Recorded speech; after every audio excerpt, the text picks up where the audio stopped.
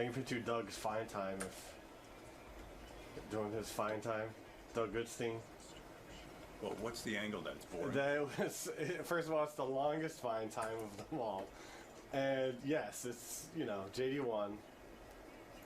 So I sort of separated them in 3 different sections. Mm-hmm.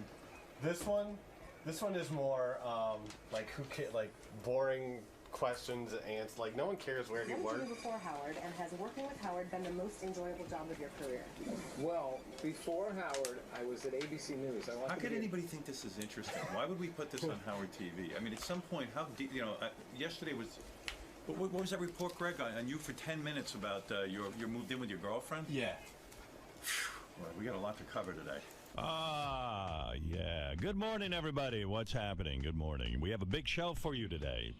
Yes, you're lucky. You're lucky you have Sirius XM because you're going to hear a stirring performance from Jewel, who will be singing Silver Nickels and Golden Dimes, her new hit single that I wrote. That's correct. In 6th grade, I wrote Silver Nickels and Golden Dimes. And all you'll hear is Devil's Chimes. Have you heard her rendition? I have not. I will be hearing it. Surprise to you. I will be hearing it for the first time today. Also, the very gorgeous Jenny McCarthy will stop by with big news. That's all I'll say about it. Big news. What could the big news be? I don't think she's admitted this to anyone else. What she is going to announce today? It's going to be big news. Big news. Big news. She's learned to do something. That's all I'll say. She'll Quiet down? And she'll be accompanied by a choir of 200 black children. To do this thing that she now learned? No. You're totally lying. I just had a major meltdown. Oh, really? I'm okay now. Gary made a mistake. He booked Jewel and Jenny McCarthy at the exact same time. Oh, no. Yeah, for 8 o'clock. Oh, jeez. So he totally fucked up, and he was apologizing, and I'm like, well... What am I supposed to say? It's just so disappointing. I got to get out. I got to get out. I want out. How do I get out of here? Am I allowed to just leave? No. I mean, if I say to Sirius, look, we're done. I want to get out. Would they accept? Or do I have to stay here because of a contract? I don't think I have to. Yeah, you have to ask leave. your agent first to see if there is an escape I can't plan. find him. He's hiding. It just was really, Gary goes, he says, I got to just tell you this. He says, whoever gets here first, I'll tell the other one to go home. Oh. I said, no, you can't do that. Nice. Wait, what did you say? It was the best line. Whoever gets here first will put on. Oh, whoever gets here first will put on. I love you. So now Jewel and Jenny are in a race. No, we got to, I said, Gary, what you need to do is you need to get a hold of Jenny, because Jenny lives in New York at least, and maybe beg her to reschedule. And she has agreed. But I'm sure that the woman got up early and has been preparing. Oh, that's awful. Yeah, I'm absolutely... Gary, I suppose you could write a note to them explaining yourself. I mean, and not an email. No, I already wrote it out to the public. So and send her a gift. I'm sending her flowers. Howard, I can't even begin to tell you how awful I feel. All right. I'm so sorry. All right, I'm going to try and be the grown-up here and not have my stack blown. I even dismissed the Howard TV camera during the commercial so they wouldn't get my tirade on the air. See? I'm growing up. Right, Robin? That's right. That's and it. I hope all those people who usually say you're right. mean to Gary. I'm not mean. Take I understand. this into consideration. Just a mistake. Come hold me, Robin. Get in here and hold me. I wish Just I cradle could put me. my arms around you. No, but if I leave the radio, right? No harm, no foul. Won't cost Sirius any money. And what are you talking about? I'm allowed to leave. I'm sick. I'm sick of it. I'm sick. They can't tell me I got to show up if I'm sick. I've got a 3-year illness. They didn't follow the fucking contract. Why should I? Fuck you. Somehow, isn't that always the case, though? They don't, you have to? Yeah. Oh, yeah, but with contracts, I got to tell you, I tell you, I don't know why I bother signing them, but I don't want to get started. I don't want to be negative today. I came in positive. I got up at 2 in the morning for this shit. I'm going to have a heart attack right now. I'm going out on the air. Oh, I'm going to meet my Lord and Savior. That's right. How could these bad things be happening to you? God doesn't work with really good people. Well, Doesn't that's work 'cause with bad people. God isn't in control of the world. You know who is. Gary's dentist. I think I have a contract where if I have a heart attack, I still have to work. So, Even if you're dead. They Yeah. will stuff you and put you in that chair. hi, John. You're on the air in Philadelphia. Oh, thank you for taking my call. Yeah, so we will have Jewel today. For those of you who were excited about Jenny McCarthy coming in, she will not be in because whoever gets here first will put on the air. It's like Gary the big two fuck up. well, you can't do that to people. You can't say, "Oh, you got here first," but to the other person, well, you can't go on. The great guest race. Yeah, Rather have. Can I explain something? yeah. Just so you know, it's not the smartest thing, but it's not what I meant. What I meant was whoever gets here first will put on, and then we'll put the other one on after. After, so what am I gonna do? The show till noon? Well, I got a life too, you know. I was trying to make the best of the worst. I wasn't implying that we'd send somebody home. Oh, so like in other words, I'd interview someone at 8 o'clock, and then at 9 o'clock we can do the second interview. Or at eight, maybe somebody at 7:45, somebody at 8:30. All right. Is what it was but I was not implying to send anybody home, Howard. I see. Well, he's got a point. All right, good point. Send him home, Howard. Gary, can I send you home? Asshole. You can do whatever you want to me. I'm not going to do anything. Hey, Howard. God's done enough to you. What? I want to call in because I was listening to the wrap-up show, which I can't stand because Gary's on it. Right. And I listened to him berate Benji up and down like he's a dog. Who, Benji? Last Wednesday, he berated Benji like he was some kind of dog. And I'm like, he actually said, we can't believe your woman sleeps with you. Does he look in the fucking mirror? I tell you the truth, John. I'm zoning out because I'm so still thinking about that Jenny McCarthy's not in here today that I literally can't concentrate. I was even thinking, Rob, maybe we should have had her at 9. Yeah, we might have been able to see a naked Jenny thanks to him. But I got to be out of here at 10. I got a meeting. Oh. Gary the big two fuck up. I could have had you do the news now and then maybe Jenny at 9. Although you're probably not ready with the news, are you? Well, I'd have to get the clips pulled. Yeah, well, forget it. Forget it. Maybe that's what we should do. Maybe instead of. How many times is Gary going to fuck up this month? What do you think if we just put Jenny on at 9? What? I have to call back like right away. But I got to get out at 10. I understand. Yeah, Robin, I would have to do some sort of news now. I'm just trying to. I'm getting the things pulled now. I could get Jenny to get here by 8:30. So that 9 would be the latest she could get on, and maybe 8:45, because if Jewel got here a little early, we could get her right on. But I have to make that call immediately.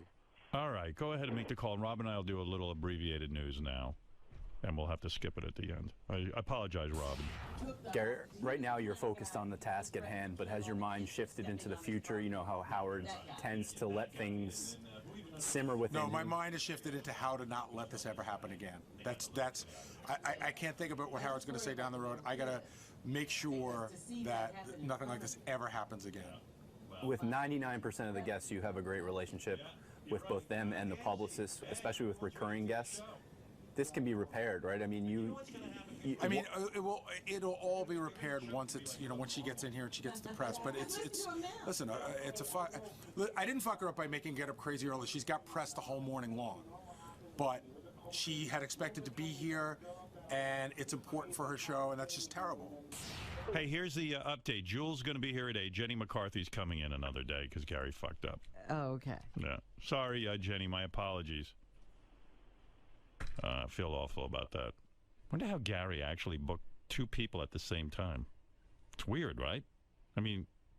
Well, I can understand if you're not keeping notes. He's so disorganized. That's his problem. We're going to fix that. I'm going to help him with that. Going to turn him into a producer yet.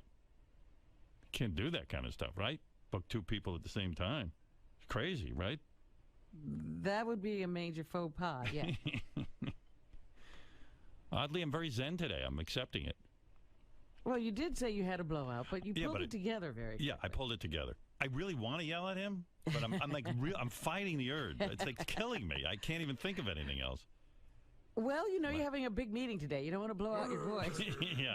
Hey, maybe, Gary, what'll take my mind off of your massive fuck-up is if we played the staff revelation game. That might help. You want to do that? Let's go. You like that? Yeah, I always love. People are telling things we don't know. Yeah, Gary, that'll be good. It'll take my mind off of it. How many people participated? 9? It might be. Hold on. Right. All right, here's Gary. He's got the staff revelation game. Tell me 10. how. 10. All right. How does this work? I'll give you a revelation, All right. and I'll give you 3 choices. Go ahead. Now, I got a short one, a long one. Give me a short one. Okay. See how it goes. If it goes bad, it'll just chalk this day up to a complete fucking misery. Okay. When I was in high school, I saw a group of retarded kids being I just had a thought. Why don't we play another game simultaneously? We'll book 2 games at once. See how that works out. Go ahead. All right. I got that out of my system. Go ahead. When I was in high school, I saw a group of retarded kids being taken backstage at a concert. I hopped into line and pretended to be retarded to get past the security guard. They marched the group into an elevator and took them up an exit. I stayed in the elevator. When they got off, I went back down to the backstage area. It's either Richard or Sal. It's one of my favorite bands. One of your then it's Richard. Well, it's Richard Christie, Steve Brandano, or John Hine. Richard Christie. Richard Christie. Who else would act retarded? I mean, first of all, he looks retarded. He looks like he has Down syndrome, Richard. I mean, he kind of does, right? He's got like a massive forehead and that like flat back of his head. He does have a funny look, and he's pale. Yeah, it's Richard. You want the answer? Yeah. It is not Richard. Who is it? So what were the choices again? Richard Christie, Steve Brandano, or John Hine. Oh. John Hine looks Hine? retarded. Yeah, it's John Hine.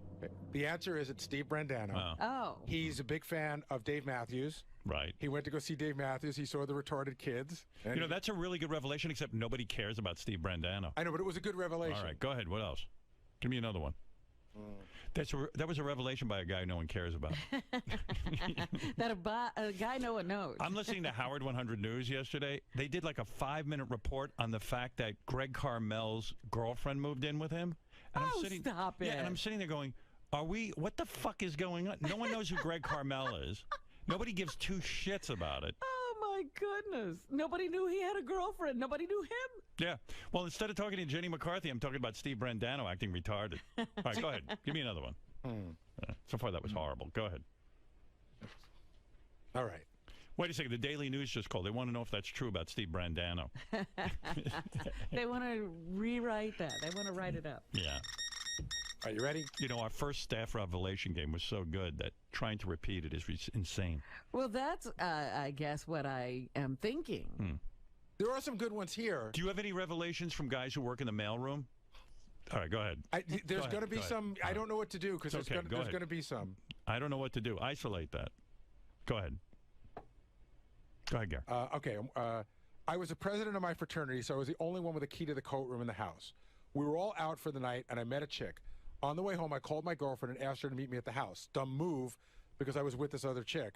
When I got to the house, she was there. I told her to grab my coat, and then I locked her in the coat room while I banged the other chick. Oh, get out of here. That's crazy. That's idiotic. He was with a girl, and he called up his girlfriend and said, come meet me at the house. And then he locks her in the coat room? This person's retarded. Who is it? You want your choices? Yeah. Your choices are John Lieberman, Doug Goodstein, or Will Murray. Well, I think Doug Goodstein's... Who was in a fraternity? Doug Goodstein's retarded. Because I'm so... that's another guy I'm annoyed with. Yeah? Oh, my God. On Howard TV... You know, let's stop the drum for a second. I love Howard TV, and I love what we do, and Doug does a great job, but... So I'm just saying I do love Doug. But he's fucking out of his mind. You know that show with Rachel Fine Time? Yeah. She did, like, Fine Time with Doug Goodstein. And it's the most horrible, boring show ever. Aw. I mean, and by the way, it's the longest Fine Time in the history of Fine Time. He couldn't even edit it. No, because every word was brilliant coming out of his mouth. It is the most boring. You know, I've never said every show on Howard TV is good, except now we have the worst show on Howard TV. Do you have clips? I do. What page is that on? Anybody know offhand? JD or something? JD page 57? JD1 last column. All right. Hey, Jules not here. Doug, dude, did you watch? You must have fallen in love with your own voice because that is the worst fucking most boring interview. You are death on camera, number one. Number two, I mean, it's Howard TV. You know, it's horrible. We go through the whole staff. I'm not writing the questions. People don't care about you. Then why'd they send in 100 questions? Who sent in 100 questions? What do you think? We write the questions ourselves? They're from social media. Listen when he talks. How he goes, scrub. I'm sorry, I can't be as perfect as you. No, let me hear when you talk. You got an issue. Start talking. Are you going to evaluate people's voices now? Yeah. What's going on back there? I have allergies. You got allergies? Yeah. Oh, you know, all right. Like the same thing. No, I'm You worried have that, about too. you. I'm worried about you, too. You're horrible on Howard TV. Take your show off. It's horrible. Howard, I answer Gary, honestly, did you hear it? I heard the clips from it. I we did. We did think it was very long. First he talks about the Howard TV budget. Oh, the whole thing. I can't get through 3 minutes of it. And the reason it's long is Why do I have to be because tortured? I open it up with clips that support the questions. It's like they're all visual. They're all referenced to visual questions. Oh, you couldn't cut a word out, huh? Because What is the budget Of course discussion? we cut it. Wait, I'm going to play some of my favorite Can I clips. ask a question? When you do other fine times, do you support those with visual clips? Yeah, sure. Yeah. Of course. Oh, but listen. We go through the entire staff. People actually like it. You're underestimating, I think, what the audience likes. We've gone through the whole staff. The people liked it. They didn't say they liked yours. Guys, can you stay off my page? They just took away the page. Guys, I tell you, I'm going to kill somebody today. Uh-oh. The equipment here is fucking shit. I want to be out of this place. Holy mackerel. I got this all lined up, and the whole page just changed. Holy cow, they couldn't make this more difficult. Doug, bottom line, your show blows. You're boring. Here's Doug talking about previous jobs he held. Which is a question that someone wrote. What? Someone wrote the question. Well, I answered edit the it question. down. It's boring. Listen. What did you do before Howard, and has working with Howard been the most enjoyable job of your career? Yeah, he's having a blast. Well, Not before today. Howard, I was at ABC News. I wanted to be a reporter, believe it or not. Believe and that's that. the Believe it career or not. Yeah. I was on path to do. But I hated it. I was there for 2 years. I was working for World News Tonight with Peter Jennings. It was just all hard news. It was all serious. It was all, just real corporate. Fascinating. And I was Please keep going. bored. So I started looking for work, and this is where I ended up. The E! Show was just... By the way, Doug's fine time is 24 minutes. Robin Quivers is 11 minutes. All right? Robin is somebody people know and actually care about. No, I'm telling you, we had to support it with materials. Well, it's not. Dude, 3 minutes with you is boring enough. All right, 3 minutes. You know what you do? You do a whole thing of the staff of Howard TV, and each of you get a minute with one question. Okay. Are you fucking high? This is the form. We've gone through the entire staff. Yeah, then end the show. Then it's over. Fine time. We're on demand. We don't have to have a show every week. If we do a solicit and questions come in, clearly there's an interest in hearing what people have to say about. It's a behind the scene thing. People like it. People seem to like it. The feedback. No is one pretty liked good for this the show. No one liked you on it. I'll look at comments and see if people like it. See how many views it has. Go ahead. There's not one person who's going to like this. When is the show going to be about Rob Martin? Any chance we're we can taping see that tomorrow. Oh, tomorrow? Tomorrow, Good. yeah. Tomorrow, actually taping Steve Brandano and Lisa G. Is that Do you okay? realize that in Doug's eyes, he's twice as important as you, Robin?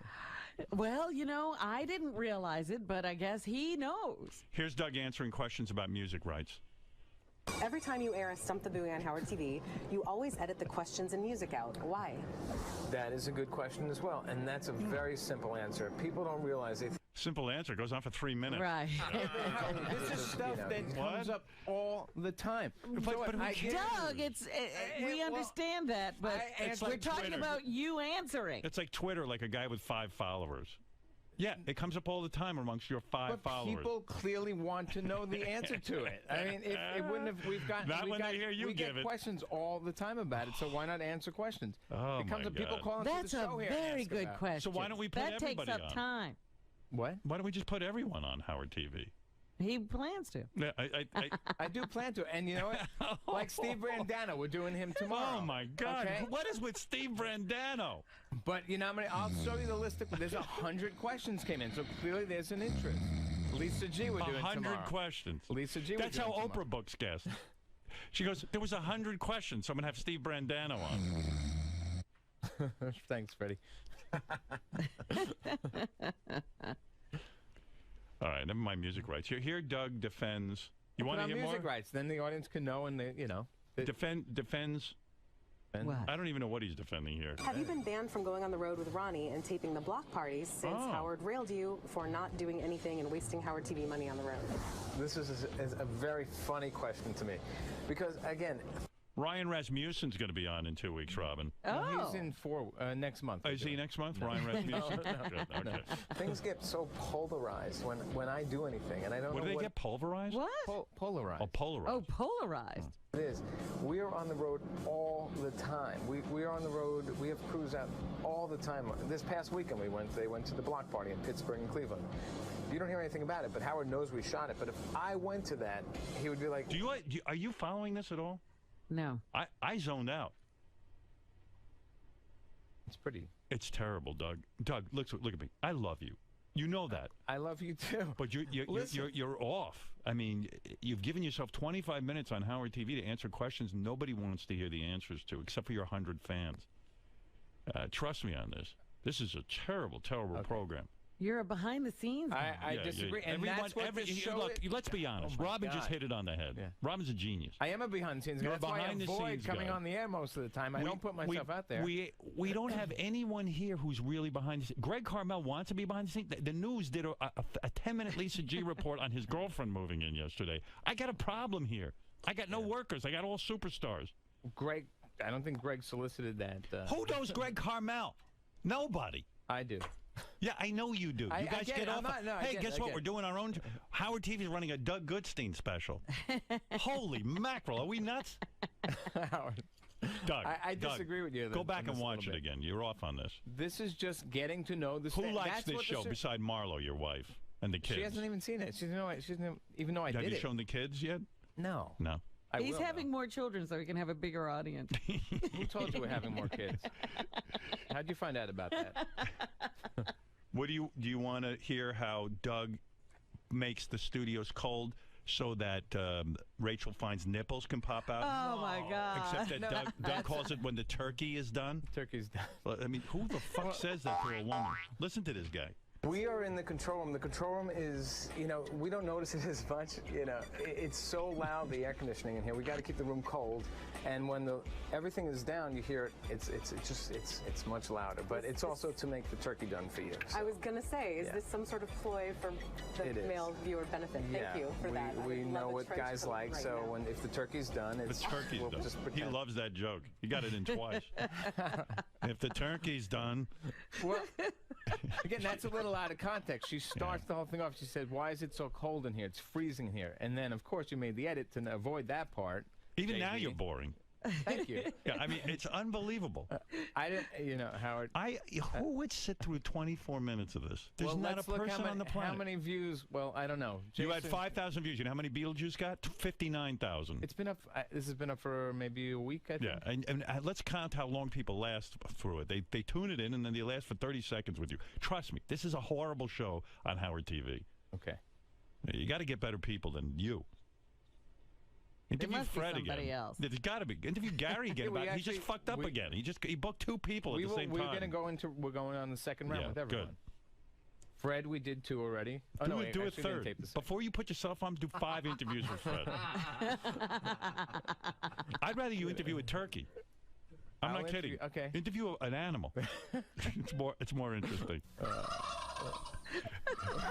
Gobbled twice. Listen, I was just trying to answer questions that were asked. I was trying to be honest. But do me a favor. Answer those questions to Scott DePace in the control room. I understand your point, but I'm telling you, you're underestimating a little bit that people don't care about what goes on behind the scenes and to know about people around you. Not just me. A minute behind the scenes, not 24 minutes. All right. You can leave now. You've been told what's wrong with you. Let's go to Gary again now with another stand revelation. All right, thank you. That comforts the pain. Please go back there and pay attention to what you're doing. I do that every day. Now are you insinuating I don't do that? I think you lost your mind, is what I think. I haven't lost my mind. All right, thank you. I didn't lose my mind. Imagine you subscribe to Howard TV and you see 24 minutes of Doug Goodstein answering questions about music rights. It's online. It's online? Yeah, that we do online. Good. All right, thank you. And on Howard TV. I defy anybody to stay awake through it. What is it, Gary? I was waiting. Do you want me to recap so we can get this one part of the game done? All right, what is the revelation? So the game, the revelation was president of his fraternity, met a girl, brought her back to the frat house, called his girlfriend, locked his girlfriend in the courtroom. All right, what are my choices? Lieberman, Doug Goodstein, Will Murray. Lieberman, Doug Goodstein, Will Murray. How come I don't care? It must be Will Murray. Yeah, Will Murray. Because he's the only one who could even have a girlfriend on that crew out of those 3. That's not true, but it's not. Will's not the answer. Oh, who is it? It's Lieberman. John Lieberman? Yeah. Well, that's idiotic. Here, Mike Ganji on Howard TV. They did one with him. Yes. 6,000 views. It's been up there for 3 months. So Doug's kicking his ass. Yeah. Doug Goodstein, Greg Carmel, and and Ganji. 3 guys nobody cares about. What are we? Are we on drugs? What's going on? Who's minding the store? I think I've had enough of this game. The staff revelation. Well, game. I want to do more, just maybe not you today. All right, give me one more. Give me your best one. My best one? Yeah. Last year, my wife and I were considering having a baby. We were extremely close, but changed our minds. Your choices are Jason Kaplan, Richard Christie, or Howard Stern. Well, it ain't me, so. Wait a minute. What did you say? Jason Kaplan? It got to be Richard Christie. But say it again. The revelation or the revelation? Last year, my wife and I were considering having a baby. We were extremely close, but changed our minds. The choices are Jason Kaplan, Richard Christie, or Howard Stern. Jason's so fat, I don't think he can fuck his wife. It's got to be Richard Christie. Robin? Who do you think, Fred? I say Christie. Robin? I say Christie. You're all wrong. Really? Benji? I bet it's Howard. You bet correctly. It's me. That was you just blurted out. It's not me. Well, I had to throw you off. Oh, you devil! Trying to make this game good. I believe that. Yeah. That's a good revelation. That's an amazing revelation. Is it? I don't think it's a big deal. Oh, Well, stop because it, you- Gary. Wait, the man has said adamantly, no fucking way am I having a kid. Yeah, but he said adamantly he wasn't getting married. Right. Robin always said- Understood, but No, we came close. how close? We sat down. We were really talking about it. I was hesitant, and then all of a sudden, I kind of like opened my heart up to the idea. And my wife was feeling like maybe she wanted to have a kid. And So what happened? I got scared at the last minute. Do you think because of my age? Do you think the conversation might open up again? Well, she's 40, and I'm 59. I mean. Well, it doesn't always have to be about pregnancy. Oh, fuck, I ain't adopting anybody. Have you heard his views on adoption? Are you insane? Come on, Howard. Luck, Robin, my You luck. and a little black child. Let me tell you, I don't An care what African color. child. I don't care what color the kid is, but although a lot of white people get shit for adopting black children. That's why I think you should do it. That would be it would cause a riot. First of all, I think there It would would be worse rioting. than Barrett. How great would it be if I had a black child? You would have to call Steven Spielberg and apologize. See, Beth would have a black child in a minute. She saw Sandra Bullock with her black child and thought it was the greatest. Yeah, look at how cute they are. Yeah, they love that. But first I of think all, you should go full African, though. I got to tell you something. Most people are lucky, and they get like that guy who was the quarterback for the 49ers. You think most people get a quarterback? Yeah. You know what I get? I get one of those Russian babies that it turns out like they're genetically predisposed to killing everybody. Yeah, the Russians who are psychotic. Have you read about those? Yes. Now the Russians don't want to let us adopt any babies anymore. I'm like, good. Who the fuck wants them here? But even Beth at 40, with technology today, you could do in vitro. Let me or tell you whatever, something or you about could Beth. fertilize her Beth egg. is a woman who gets her period. Okay. My fucking sperm is stronger than anything.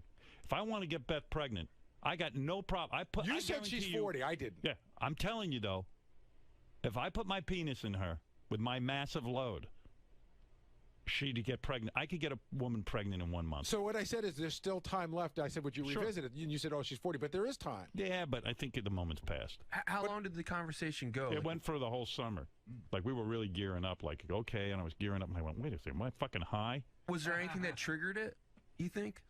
Yeah, well, Yeah, we you, had, Benji. well, Look at time. you. Yeah, we looked at you and said, wouldn't it be nice to have a son like Benji? No, but seriously, I'll tell you seriously what triggered it. It was that maybe because of my age and maybe because of her age, it was like the last time. It was like the last opportunity that we could really do this.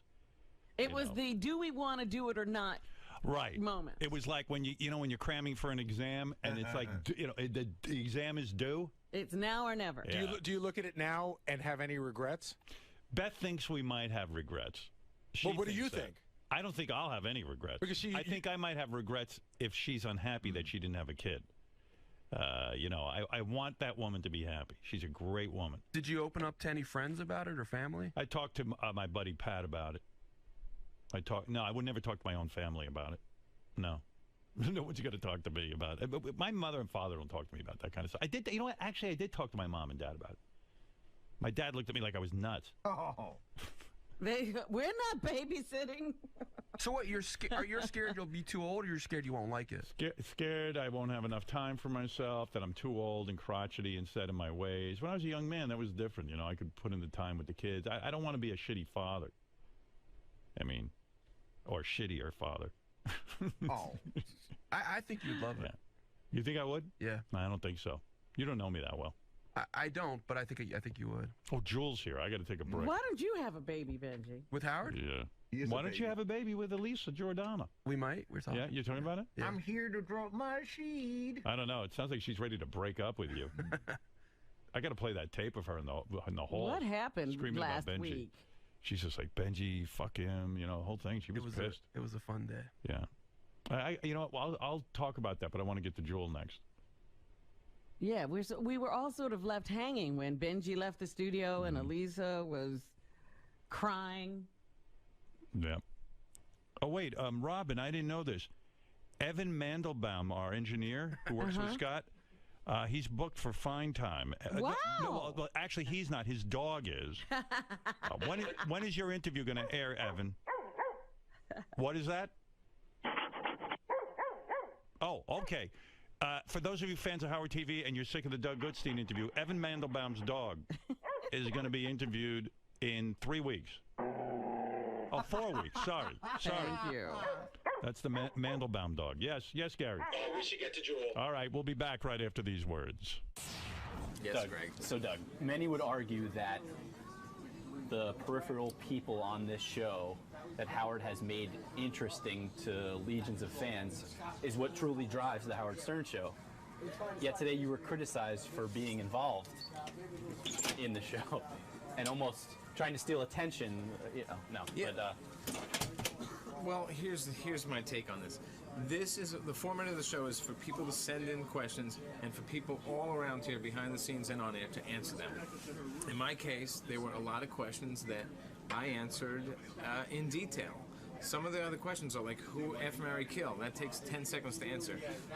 What did you do before, before here? And that for me, I went into detail. Some people just say, oh, before I did nothing, because I was, did nothing before here. People answer short and to the point. I answered in detail. And I think people really like some of those honest answers. And, a lot of it, more than half of it is probably video clips that we use to support it. So, without the video, it's probably just the same length as anyone else's.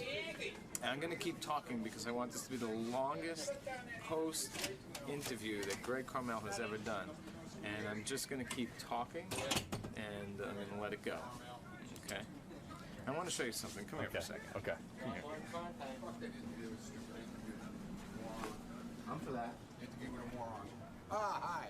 Look at the bags under this guy's fucking Look at the bags under your eyes, Andy. Look at this guy. Andy, you're 23 years younger than me.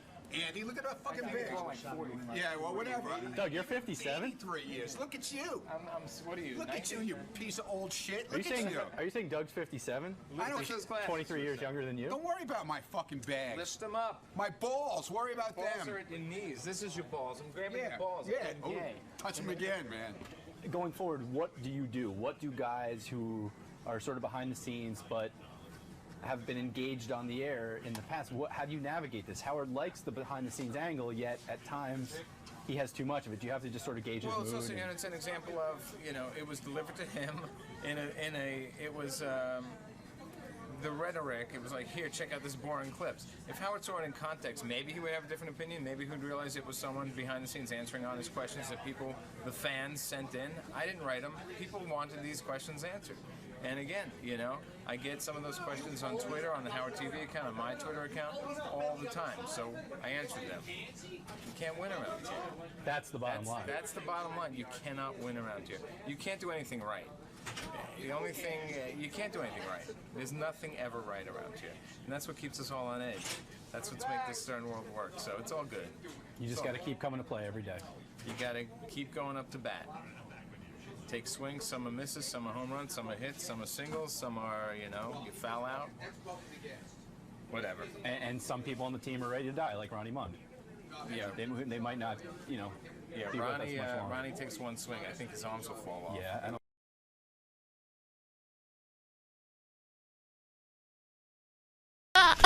Chelsea Handler says in the foreword to your book that you are a straight-up virgin, that you have a boyfriend of 4 years, you guys blow each other. No. She said when she met me almost 10 years ago, I was a straight-up virgin then. Meaning you never had sex with a guy? Yeah, like or in the a whole... I had, and I write in detail in the book about my sexual sort of conquest with women.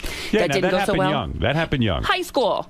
Was it high school? Now, when did you first have sex with a woman? By sex, I mean kiss. You describe kissing and stuff. Yeah, and finger banging, which Right. is like so like violating, like just sticking a finger in someone. That's Well, I mean, it's fine if she's into it. It's not my cup of tea.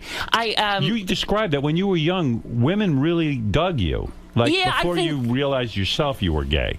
Yeah, I just never thought about it. But in high school, I had so many girlfriends, and on 90210 they were doing it. So I was like, I what'd could you do? kiss You a made girl. out? Made out a little bit, and then eventually, when I got serious with my high school girlfriend, I ate her out. You did, and that was it. When you tasted pussy, Yeah. it was over. It wasn't even the taste; it was just the visual of it. It's Right. just not. That's when you knew you were gay. It was like a ding dong. Yeah, but you say you knew you were gay when you were singing Barbra Streisand in the shower. Did you really go through the book? Yes. I cannot picture Howard's. I can't believe you held my book.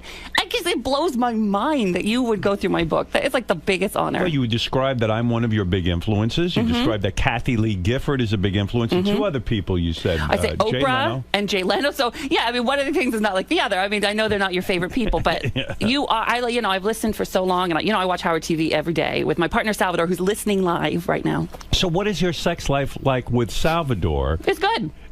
But there's no anal? No, there is. Oh, there is? Yeah. So Chelsea Handler is wrong. No, she writes when she met me 10 years ago, I had never had penetration. And so what she writes in the afterword is that she had to give me the confidence to be able to take my clothes off around Because you people. were heavy. I was heavier. I'm like a big gay clown. There's nothing really, look at me, Howard. There's nothing sexy about me. It's not like... You lost weight. You became a spokesperson for Weight Watchers, Jenny right? Craig. Jenny Craig. Mm-hmm. Are you still a spokesperson for Jenny Craig? No, that ran its course. And That's then, a lot of do-re-mi, isn't it? You know what? Yeah, it was pretty good. It was good. Isn't it the best thing to be paid to lose weight? There was a lot of pressure for me, and I felt like I couldn't keep it up.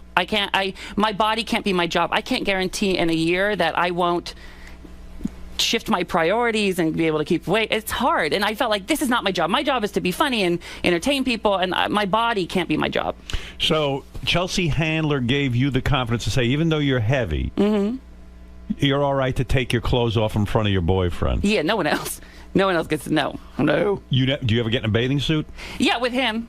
Yeah, but Yeah. I'm saying, when you go on vacation, do you ever get into a thong? And Not a thong. We have a house in Palm Springs, and I go in the pool. But I make sure the gate is locked. No neighbors are dropping by. Yeah, gay or straight, I lock the gate, too. I don't want anybody seeing me. You're not going to be on Splash?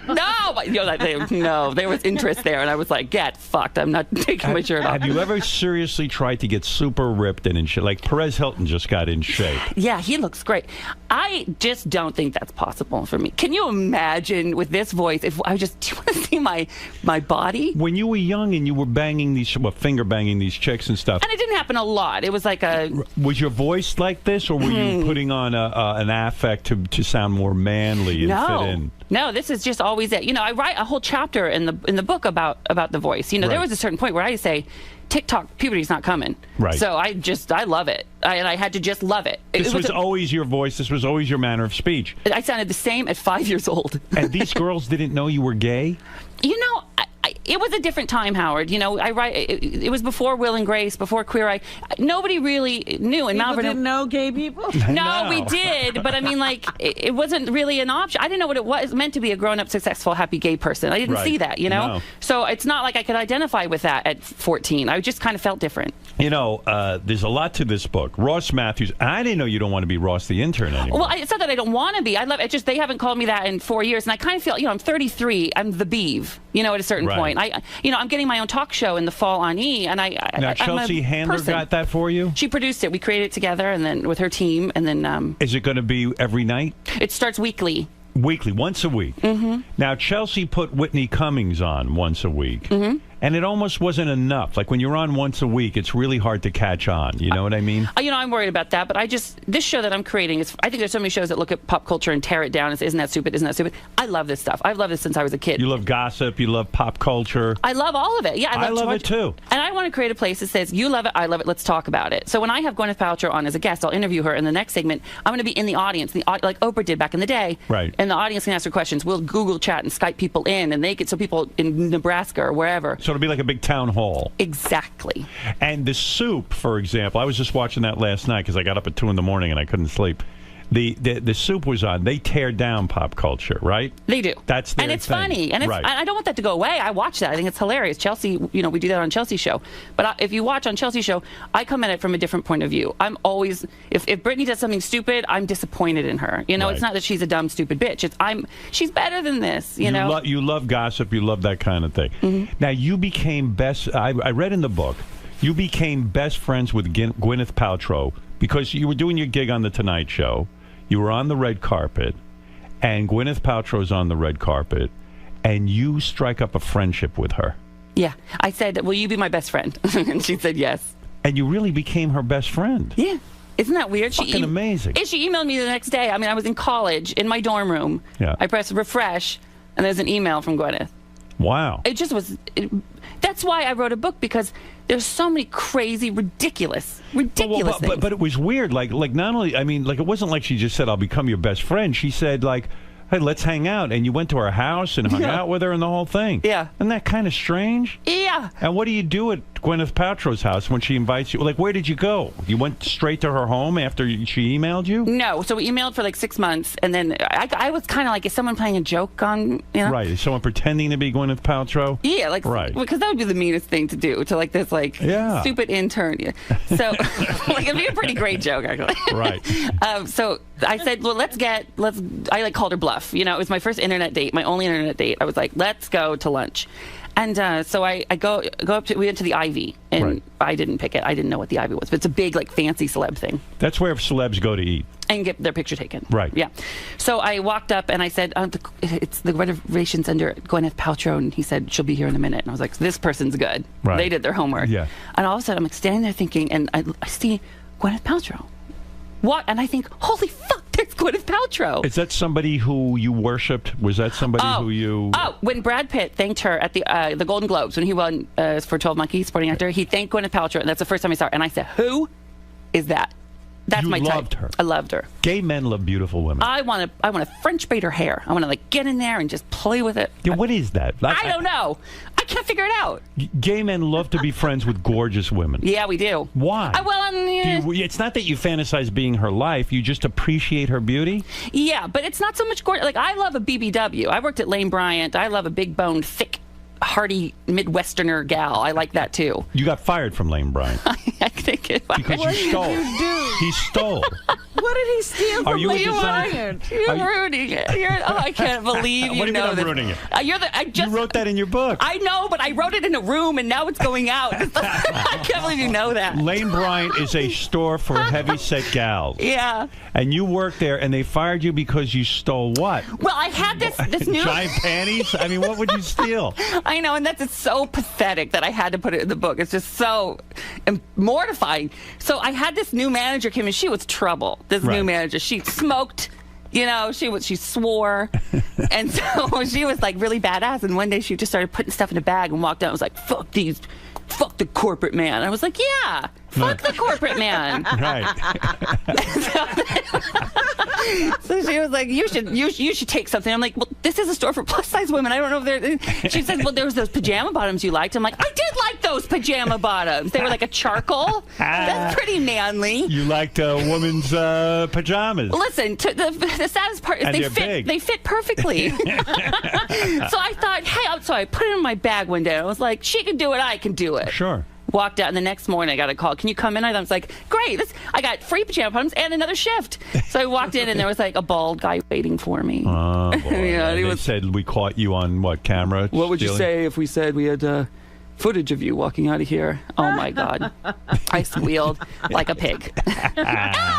So that was on your permanent record? I They didn't call the police or anything. I just had to bring the pajama pants back. But they took away, like, at that point, like, reached a level of seniority. I had, like, the keychain around my wrist. But did you say to them, hey, that woman stole stuff, too? I didn't squeal, but I know that she got fired. She did, too. I so think she got caught. They pressed charges. I think they had, like, they were building a case. Well, she was stealing, like, bags and bags on of a shit. regular basis. I got sucked in. It's like when you drive behind a semi and it just sucks you in. So get back to Gwyneth Paltrow. Okay. In your book. Ross Matthews has written a book called Man Up, Tales of My Delusional Self-Confidence. And you know, Howard, I'm so proud of it. It's really, really funny, this book, and there's stories like that, but there's a thread throughout that, you know, I define man up, really. You were talking about my voice and everything. I define man up as you are what you are, what you are. You got to love what makes you different and celebrate it. If you spend time hating what makes you different, and this is not just a gay story. Right. It's whatever. Your hair color, your skin, your nose, bad teeth, you know? You will just waste so much time. Use it to make you stand out, and things open up for you. Did you ever think you wanted to become a woman? No. No. Because of your voice. No, Did and of people course, ever say to you, "Oh, you must be transgender"? People say that online a lot, that like I'm a post-op or a pre-op, and I have plenty of trans friends. Listen, I'm so okay with myself that if I were trans, I would embrace it. Do you have big balls? You know, no one wants to hear about it, but I'm fine. I'm good. You have big balls? Yeah, it's like all good. Because people assume your voice is in a high register if you're like, who's got tiny balls. No. But you good. have big balls. Wow. And big, thick penis. I understand. You've heard. People tell me. No, it's good. It is? You have a big penis. Not like shit. I'm fine. 6 inches? No, yeah, right there. Right? Good. Fabulous. Nobody wants to hear about my penis. Nobody. I've heard 7 inches. You heard that? You know, you must let's go with that. You must have a lot of money, and I'll tell you why. There's a guy who works on my staff. He partied with you in Miami or something one night. Mike, yeah, I ran into him. Yeah, high pitch. And I freaked out because, you know, I listen to the show and I love it. And I knew exactly who he was. He said you had the entire penthouse floor of this hotel in Miami. It was you and a bunch of dudes all hanging out. I knew you were going to bring this up. This is not the case. It sounds so like... He said you had the whole floor. I mean, that's a very expensive proposition to take out a whole floor. Listen, I don't splurge very much. I come from a really, really... you know, a farm town, my dad was a mechanic. My mom just retired. Okay. I don't spend a lot of money. Right. But I've been working for 12 years, you know, and in the entertainment business. And I started living in like a 2-bedroom cockroach-infested shithole apartment when I was on Leno, making $300 once a month. I mean, nothing. Right. I remember one time when I first started on Leno, and it's not that they didn't pay me, I just didn't know to ask. Right. You know? When I first started, I was like, I got to get a job. So I went to Starbucks. I brought a resume in to like apply at Starbucks. And they go, I love you on the Tonight Show. When I was like, fuck me, I can't. What am I going to do? Yeah. How do you work at Starbucks if you're on the Tonight Show? Exactly. So I was like, oh, back to the drawing board. So I, you know, I've saved a lot of money. I'm really proud of myself. Are you a millionaire? I think if you add things together, we're close to that. Yeah, I just bought a house, and it's that's the big level, and then we have that little house in Palm Springs, and I just sold my house and made a lot of money. Where do you make the bulk of your money? Stand up? I don't do stand up. I have like a big overall deal at E. Right. The talk show, if all goes well, I'll be good there. Right. The book, if the book does well, I'll do well. Did you get an advance for the book? I did, but I took a smaller advance, so if it does well, I do well. I believe in it. You should have taken the bigger advance. No, I got a really good deal. Chelsea Handler published it. Oh. And I'll talk to you. She built it. She's like a mogul. She is. What does she do? She sees somebody who's got some talent, and then she gives them a show. She really, you know, not a lot of comics do that. I've been very lucky. Jay Leno has done that for me, where he said, come on my show. Right. There you go. Take 7 minutes and run with it. Right. And Chelsea, you know, saw me and saw that I was becoming very popular on her show. Right. And said, I think you're funny. Let's do something with you. And she lets me guest host her show when she's not there. When's the last time I late night hosted that? That's very generous of her, actually. I'm so fortunate. I love her. Do you hang out with her? Yeah. What do you do for fun with her? And then we'll get back to what you do with Gwyneth Paltrow when you're hanging out with her. With my beautiful, I'm like in a blonde, beautiful sandwich. Right, yeah. So what do you do with Chelsea Handler? Well, where do you go? We don't like slumber party all the time, but I mean, like if we see her, it's like dinners. We were just in New York together for the upfronts for East. We went to a nice dinner and then went and tons of celebrity, like really good. Right. So like I was dying. It was really good. So you're a guy who hangs out a lot. That's how you kind of get around and get to network. You network. I never network. I live on the east side of LA. I don't go to Hollywood shindig parties. My partner and I watch Howard TV. I drink a Pinot Grigio, and I'm in bed by 10 o'clock. Perfect. I don't like all that stuff. Are you going to get married to this partner? Salvador, yeah, we are going to get married. We're not engaged or anything. I'm not going to do it till it's, I don't want to willy-nilly. I'm very traditional. I want kids. I'm not going to do it till I can get married. And I'm not going to do a fake marriage. You know, like get married, but it's not real. It's got to be real in California. They're confused out there. It's not legal yet. You think California would be the place where there would be gay Well, there marriage? was for 4 months or so, and they took it away. But, you know, I really believe Supreme Court is going to do something right. Maybe they probably won't make it federally, but I think they'll overturn. What does Salvador do? Salvador's a wardrobe stylist. I see. So you got this life together, but you won't get married here in New York because you want to get married in California. That's where I live. I see. And I don't want to get married here and then go to my state and have my state think of me as a second-class citizen. I just don't like that. You and Salvador never orgy at all? No. Never bring another guy into the bedroom? No, we are so, like, boring. No. We like trivia in Palm Springs with senior citizens. I see you as a power bottom. Am I right? No. You're not? No. Bottom. Everybody power assumes that. bottom, Robin. I see you as a power bottom, too. Hi, Robin, by the way. Yeah. Hi, I love you.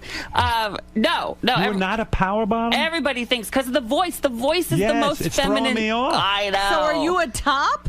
Are you a power top? Not like I don't like give it. I like, oh, come here, I gotta give it to you.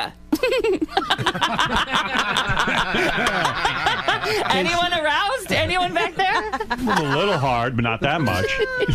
Nothing wrong with that. Man up. So that's right, man up. I like the title of your book. In other Thank words, you. the definition of a man doesn't have to be one definition. It doesn't have to be John Wayne. It doesn't. And you know what? I am a man. I take care of my family. I work hard. I make my own living. I'm self-made. Right. You know, the cover of the book on purpose was pink balloons, light blue background. It's feminine. It's, I was going to say masculine. Not so much. But I mean, like, it is... there's no way really to define it. And you know what? Mainstream people are taking this message. Just a teeny plug, a teeny. Go ahead. Target. I partnered with Target. There are 8,500 signed copies. I signed 8,500 copies with a Target bonus chapter, and it's available in all Targets. There's a limited amount of those, but the book is available. A mainstream store is partnering with me with this kind of message because it is a universal message to man up. I'm proud of you. That is good because Target and all these conservative companies, if they're getting on board, that's good. It'll make the gay image more mainstream and more acceptable, and then everyone will be happy, and no one will have to fucking hide in their closet. And I'm really proud of and not to my tutor, but I'm really proud of the kind of gay person I am because, and not that I'm proud of all gay people. You're proud of yourself. You don't hide it. Exactly. You're not looking to trick some woman into bed and live a closeted life. And I want a monogamous life with my partner, with kids and grown up, and not apologizing. I never apologized one time in this book. And I think... So you're telling me, according to what Chelsea Handler's saying... What? How old were you when she met you? I was probably 24, 25. 24, you had never fucked anything. Anything. You had never even gotten a blowjob from a guy. No, that. But just you'd like, done. yeah, okay. But you'd never entered a man, and a man never entered you at 24. So Salvador was the first guy to enter you? Yeah, yeah, I mostly don't do that, but we have done that. You have done it. So Salvador. Yeah.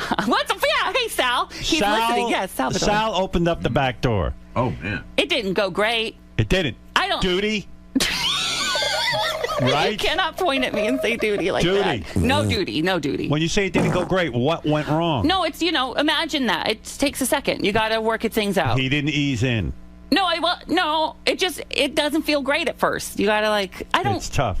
And why are we talking? What, anal? Everyone's obsessed with anal. Everyone. Get Ronnie in here. Ronnie loves anal. He loves anal. Ronnie knows how to get it done. He watched a lot of porn and he learned. He knows. You got to ease it in, he says. I don't watch a lot of porn because I get obsessed with it. I'm like, I saw that comforter at Crate and Barrel. I get You know what distracted. it is? You're a romantic. Ding dong. You don't even like to think about sex. Now are you totally nude in front of Salvador? Oh, or yeah. You take your clothes off? Come and get it. Right. Look at this. Is Salvador overweight? No. Is he a twink? I'm so proud of you. Is he a twink? Yeah, I think, he's thin and he's lean, he's tall. He's a little taller than me. He's a twink. He's very gorgeous. That's your thing. We you know who we love? Who? Salvador is obsessed with Beth, and we've never met her. Well, of course, everyone loves Beth. Look, there's Sal, my Salvador. Oh, yeah. Yeah. Anyway, so please tell her we said he's hi. a power top, this guy. Oh, he's a tower top. Absolutely. And he might be cool. You know, you mix and match things. You just, whatever works. Now, how are your parents with all of this, with Salvador and everything? The old man into it? My dad died about 10 years ago. Oh. Right? Yeah, so you described when you were young, your dad would take you hunting. Do you think he was trying to macho you up? No, I think he was trying to expose me to it. You know, the last chapter in the book. Duck hunting. Duck hunting. That didn't go well. You said you sat there and read romance novels. I know. I read Little House on the Prairie. Oh. So your dad takes you for a manly day of duck hunting. And I'm reading about Half Pint and Nellie Olson. Now, the old man must have been like, hey, dude, pick up that gun and shoot something. Kill something. Yeah, and I did. But, Do you think he was trying to make you into a heterosexual? Do you think he had some sense that you might be gay and he was trying to make you manly, so to quote unquote? He might have had a clue. He might have had a clue. But, we did, before he died, we were out, we were celebrating. He never met Salvador, sadly, but we had a wonderful relationship. He was cool with everything. He was great. Great. He defended me to a friend. You read about it in the last chapter of the book. I put that chapter last on purpose. Yeah, what did he say to that friend? He just said, yep. Yeah. And we know what yep means, Yeah. Mm-hmm. He defended me. My mother I talk to her 8 times a day. You got to support her? No. She's retired. She's built in. She's great. Perfect. She's wonderful. And she's not a burden to you. Nobody's a burden. Nobody's a burden. Oh, yes, they are. Nobody's a burden to me yet. No. Right. And I'm not. I don't think I could support. I'm not that rich. Get back to Gwyneth Paltrow for a second. Oh, gladly. So you meet her on the red carpet. I want to understand how you do this, because I'm the worst at networking and sort of being friends with famous people. I'm not good at it. I was on The Tonight Show a couple months at this point. I wasn't networking. This is not schmoozing to get an Oscar-winning best friend. This is, I love this woman. Tonight Show sent you out to the red carpet, and there's Gwyneth Paltrow. You get the email from her. She becomes your friend, and then you decide to go to the Ivy for dinner. Yeah, and so she shows up, and we had been emailing literally for 6 months. Right. And all of a sudden, it hit me fucking Gwyneth Paltrow. This was a sign that you had made it. No. It was just that she was there. It was just so beyond. I was still that. Were you nervous? Yeah. So I told her, I said, I'm really nervous. And she grabbed my hand. She goes, why? And I was like, you're Gwyneth Paltrow. She said, give it 10 minutes. You'll be over it. And I was. And ever since then. And you two sit and gossip and talk about what's going on in Hollywood. Not really culture. Hollywood, but my father was ill. Her father was ill. I didn't really know anyone else who was going through that at the time. I see. And that really, So that's what bonded you. Mm-hmm. But yet, she was cruel. She says to you, she takes a look at your belly and points at it and says... She said that one time, She pointed at your belly and she said, what's going on there? No, now you read that. She said, what's going on there? See how that's different? Yeah. Well, she knew what was. What does she mean by that? Well, I had put on weight. Right. And she was right, and so I lost some weight. See, I think that's a loving thing to do. People would say it's cruel. It's not. But I think it's kind of nice to say to somebody who might be having trouble with their weight, hey, what's going on there? And the way she did it, she followed it up with I love you. I just want you to stay around forever. What's going on there? Did that inspire you to lose? Yeah. It did. Well, yeah. I mean, it's nice to hear that. So you go over to her house? Yeah. We hang out with that dude from Coldplay and the kids and everything? Not a lot, but I was just there. Last time I was at her house was she had a Christmas party. Well, that was a good party. Who was there? Oh. Madonna? No. Should I talk about it?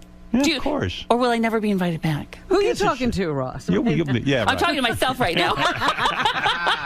He's talking to his inner publicist. You caught me, Robin. So when you go there, it's a lot of celebrities? It was like the governor's ball at the Oscars. Honestly, I was counting the Oscars in each room. What do you wear to the party? Did you wear? I know. Did you dress up with a bow tie and a? No, Salvador did. I wore a velvet charcoal gray jacket. I can't believe I remember what I wore. Well, it's a big event. Oh my God. Right. And a red holiday-ish kind of tie. It's exciting. I talk about it. Jimmy Kimmel has a party for me, and celebrities come, and George Clooney was there, and all that. Very exciting, right? Especially for someone like me from Mount Vernon, Washington. I guess we're all from somewhere, but I've always just So when Gwyneth invites you, does she say to you, "Listen, don't forget you're from Mount Vernon, so don't be like sort of felling all over these people, and try not to embarrass yourself." She knows I have some decorum. She knows I'm together. Right. When you see who is the most famous person there besides Gwyneth? I mean, there was like a Reese Witherspoon. All right, so when you see Reese Witherspoon, do you go up to her and go, "Oh my God, I love you"? You know. Right. I do that on the car. You know how it's a little different. You say things on the radio maybe you wouldn't say at home. Right. I do things on TV that if I see Reese Witherspoon in a Starbucks, I'm not going up to her and like, "Oh my God, I love you," in a camera and I think, Now, so it's so Reese Witherspoon's there. You go over and you have a nice conversation with her. Yeah, it was very nice. We talked, and we had met before, but I was like, it was nice. We got to sit by the fire and chat. Now, you love pop culture. Do you, like everyone else, did you go on the internet and watch Reese being arrested and yelling at the cop? She's a lovely girl who's been always nice to me, but I watched it like 4 times. Yes. I think I watched it 10 times. I mean, it's the greatest piece of tape ever. You got to separate. There's the pop culture and the people, and like you have to find that balance. If you get to know them, Now, what do you think of Gwyneth Paltrow's problems? A lot of people are rebelling. They're for some reason. What is this backlash? There's a backlash. They named her the most beautiful woman in the world. Then people are angry with her because on her website, she described her lifestyle and it would cost like $10 million to live that lifestyle. People are having Gwyneth Paltrow backlash, right? Are you aware of this? I read about it on the blogs. And right. I mean, I've always loved her, and I'm lucky enough to know her. She's like one of those famous people that not a lot of people know who she is, and her. Right. You don't really see that a lot. And she's a really good girl, a really good, sweet. When you go over her house, woman. Is she ever in a bikini or anything? No, I've never seen her in a bikini. No one ever goes to the pool and hang out? Where do you hang out? People don't invite me to pools. They no one wants to see me by a pool. No one wants to see you by a pool. Then he have to get into a suit, right? They invite me to Christmas parties where you can cover up. We can eat. We eat. Oh, the food was ridiculous. Now, are you heavy right now, would you say? I would like to lose 20. Yeah, I'm not my heaviest by any means. What are you eating that's putting the weight on? You know what happened is, right now, I planted the seeds about 8 months ago, writing a book, creating the show. I'm working on my process. Too busy. It's like, it's hibernating. You're just in this room working. I'm not going to the gym. I'm eating what's available. I'm reaping the benefits now. I mean, the show is coming out. The book is here. Yes. But I didn't get to focus on my health. What about getting one of these desks where you have to stand up and then you put a treadmill right under the desk? Sounds like an asshole kind of desk. I don't want that. You don't want an asshole desk. That's an asshole desk. Can you imagine? Oh, yeah. Checking your email and huffing and puffing.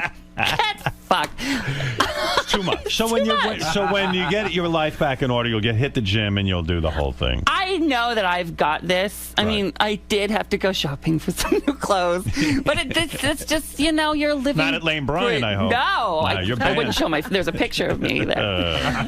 Well, Ross, listen, don't call him Ross the intern anymore. You can call me whatever you want. No, Howard. Don't call him Ross the intern anymore. It's Ross Matthews. The book is Man Up. Tales of My Delusional Self-Confidence. And don't miss Ross doing stand-up. Well, it's like a show. You're like Liza with a Z. This is Ross with an S. Okay. What do you mean? I do. Well, Liza sang. What do you do? Well, I'll sing if you ask me. But I come out there. I do pop culture stuff at the beginning. I bring some of the stories in the book to life. I tell stories that aren't in the book. Really funny stuff. Right. I go play a game show with the audience. I'm in the audience for Q&A, and then I stay and sign every last book. Are you nervous up on stage? Not nervous. This is the first time I've done a show like this, and I'm working on it, memorizing it. But it's funny. I'm proud of it. I'm not nervous. Right. And when you plan a show like this, does somebody give you feedback to make sure that it's funny, to make sure that it's good? Did you workshop this? You work it out? Here's the deal. Workshop? I know. Yeah. I have a best friend from high school who I think is so funny, and she writes with me. And she's like my barometer. I test things with her. If it's funny to her, it's going to work. If she likes it, that's it. Mm-hmm. Right. And the book is good for anybody who's gay, who's straight.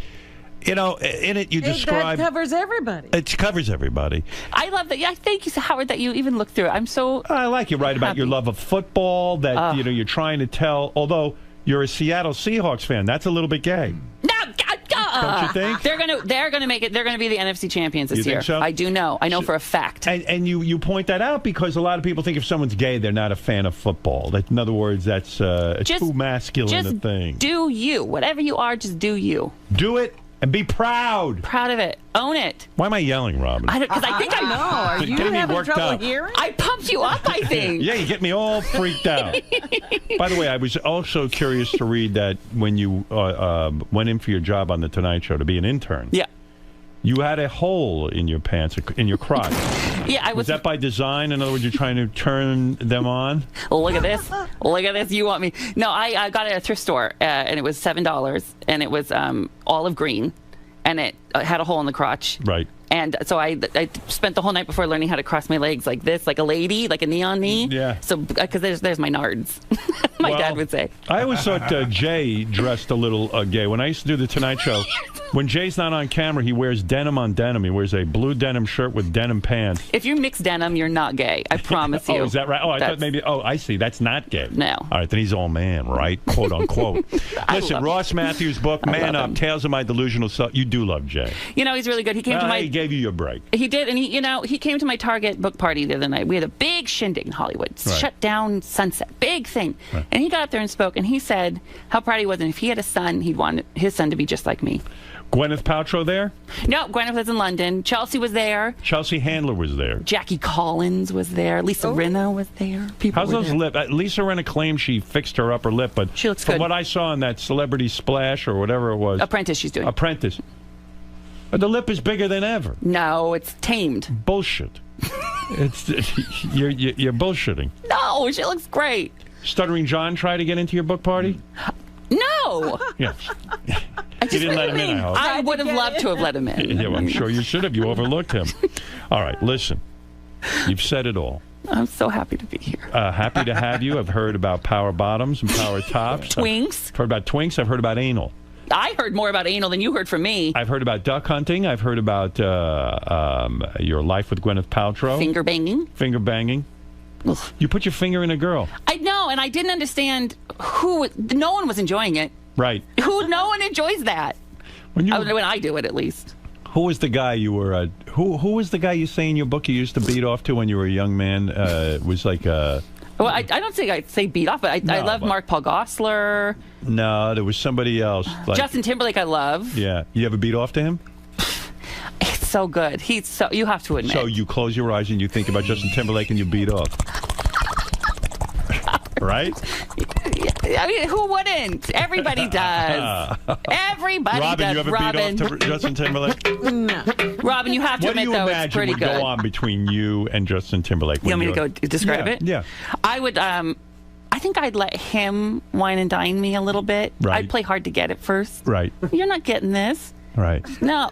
Well, that's sexy. That's why I talk sexy. Right. You're not getting this. So he takes you out to dinner. Yeah.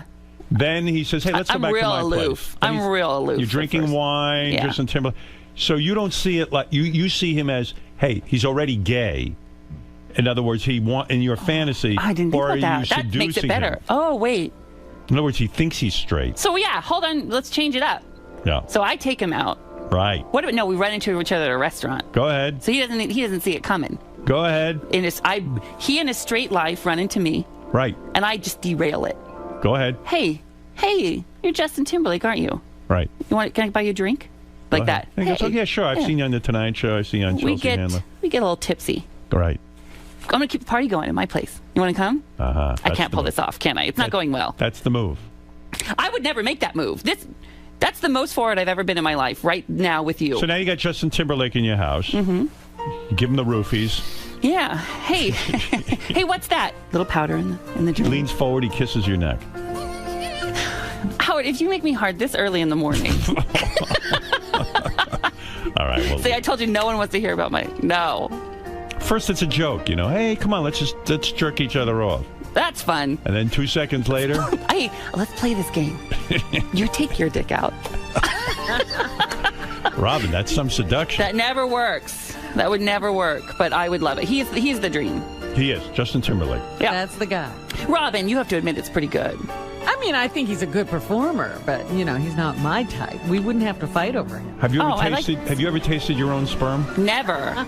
People Benji do has. that. Oh, they do that in the porn. Yeah, Benji eats his own sperm. I don't Fucking eat disgusting. it. I don't eat it. I said I put my. Here's a gay man telling you he doesn't even eat his own sperm. It's gross. That's gross. It's gross. You should give it a shot. It's gross. Do you eat Sal's?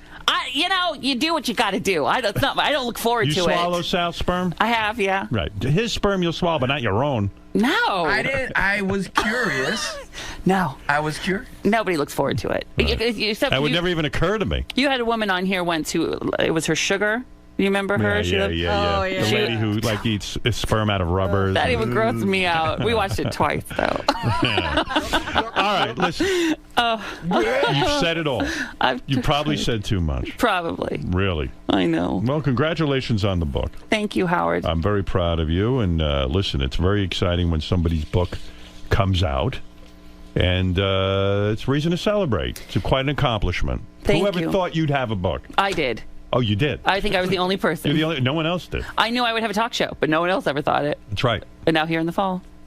That'll be on E. It'll be on E. And if people want the book, I built a website called Read Man Up, where you can order it from Amazon, Barnes & Noble, Target. They're all there. And I just Fair think... enough. Yeah, it's really funny. I'm really proud of it, and it has such a great message. Not to be a total cheeseball. It's not saccharine, but I want to put something good out in the world. And I look forward. I don't have kids yet, but when I do, and they're in a bookstore one day, I want them to open this and go, "My dad wrote this." I'm really, really proud of it. All right, that's good. That's a smart Well, when man. he has children, is he going to adopt or are you going to artificially inseminate? You know, No, he's actually going to have a baby. He's having the baby. He's got the voice. I think he's got the uterus in the womb. I got one of those uterine implants. Yeah. What are you going to do? You're going to adopt? I think we're going to adopt. We may do one of each, but I think first we're going to adopt. You know, I have a Maltipoo and a Chihuahua, and I couldn't love them anymore. I couldn't love them more than I do. Right. So I think within a baby, I will love them as much as I would love anything, you know? So I really want, we're going to do that with the next few years. Good for you. I'm proud of you. I wish you luck with that. Howard, thank you.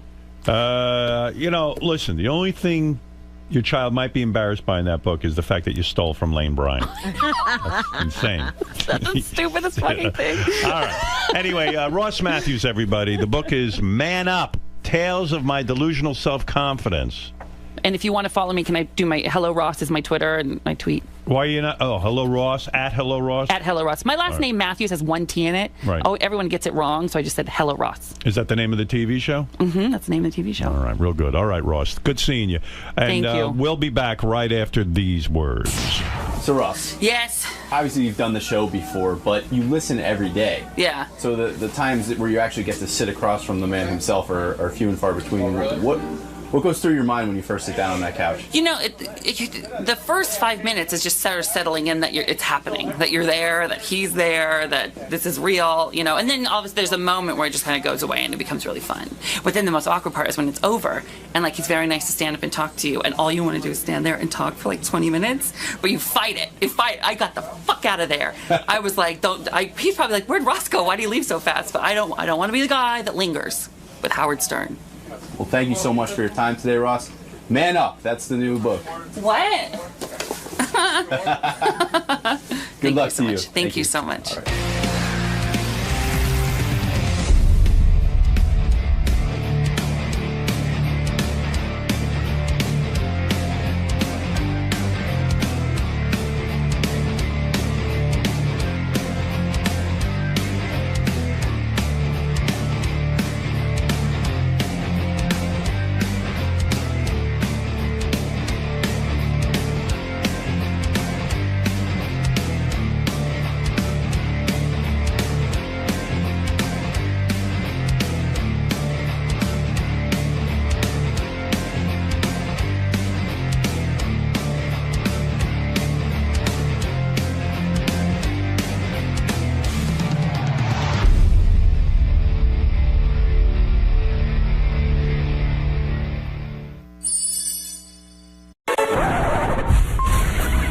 This is a Howard TV original production.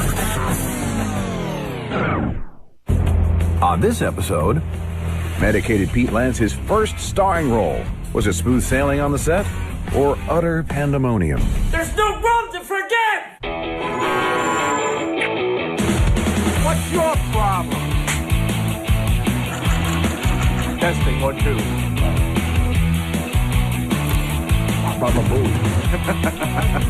Yeah! Hey-oh, yeah!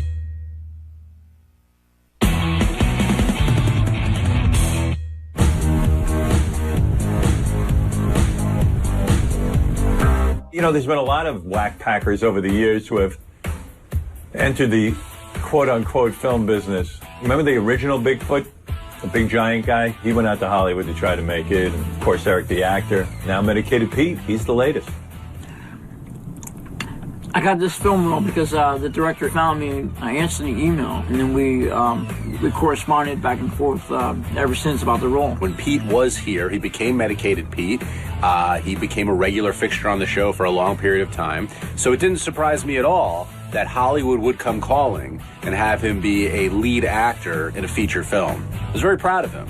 Also happy that he wouldn't be standing near me. The movie was about a guy who gets poisoned at some random party that he's at. He only has a small amount of time to live, and in that time, they're frantically trying to find out who poisoned him. It's a remake from the 1950 film Dead on Arrival. The character I played, his name is Frank Bigelow. He's a real party guy. He's a real ladies' man. There are a lot of similarities between the character Frank Bigelow and myself, Medicated Pete. After he described to me what the movie was about, I was like, yeah, I'll take this role, no matter how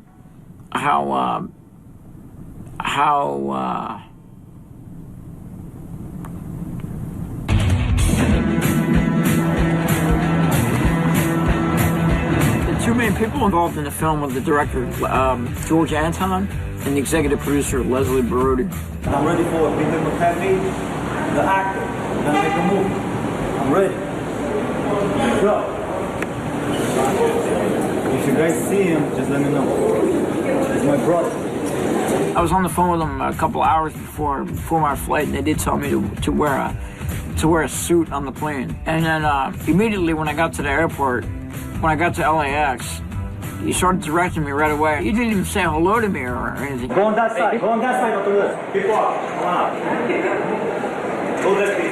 Don't look at the camera. Keep going. Very good. Very good. Keep going. Keep going. I was kind of freaked out. I was kind of like, whoa, what's going on here? You know? I mean, I just got off the plane. I'm fucking tired as hell. And all of a sudden, I'm getting directed. I mean, come on. I mean, it's a weird experience. One more time, Peter.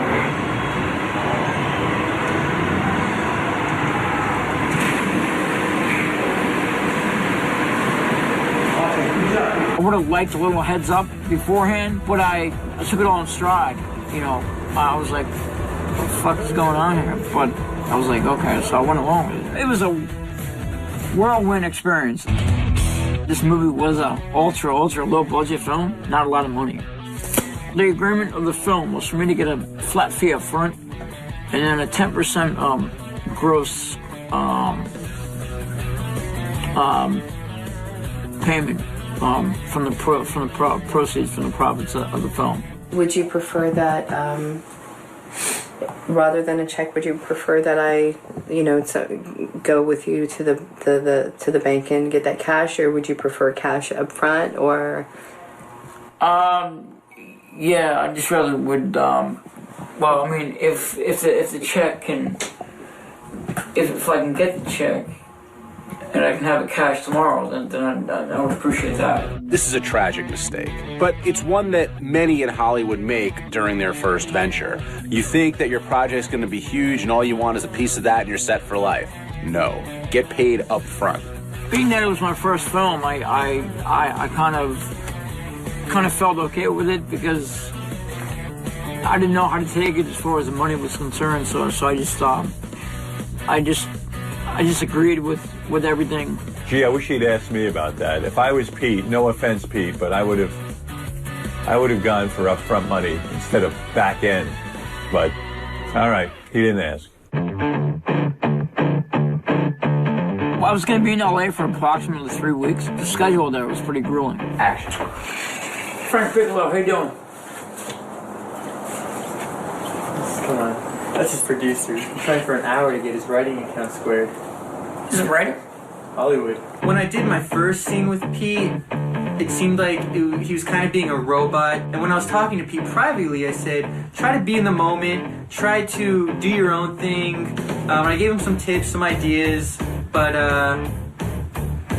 he still did okay. And action. Ha! Frank Bigelow. Hey! Fuck! Where's Reynolds? I think he's doing, the best job that he can. I mean, this is a feature-long film, and if he's never did anything before, I think it's in a good job. We'd say a couple lines, and then the director would feed us more lines, and then it would be constantly line feeding of lines throughout the whole film. Dr. Schaefer's diagnosis was right on. Your body's already absorbed all the toxin. Are you absolutely certain? Couldn't there be some mistake? Are you absolutely certain? Could there be some mistake? It was not apparent to me that he knew any of his lines, because they were being fed to him throughout the entire scene that we were doing every time. The fact that he didn't know his lines was super frustrating for me. This can't be happening. What would happen to me? What happened to me? I didn't memorize the script because I kept on getting revisions, so it was hard for me to. Well, it wasn't hard, but it was kept on getting a lot of revisions. In some of the scenes, the character Frank Bigelow had to. My character had to get kind of rough with some chicks. There's no room to forget! Talk, otherwise I'll snap your neck like a chicken. On the flip side of the whole thing, my character actually gets roughed up. Real cute, ain't you, Bigelow? A couple scenes in the movie I got to sing.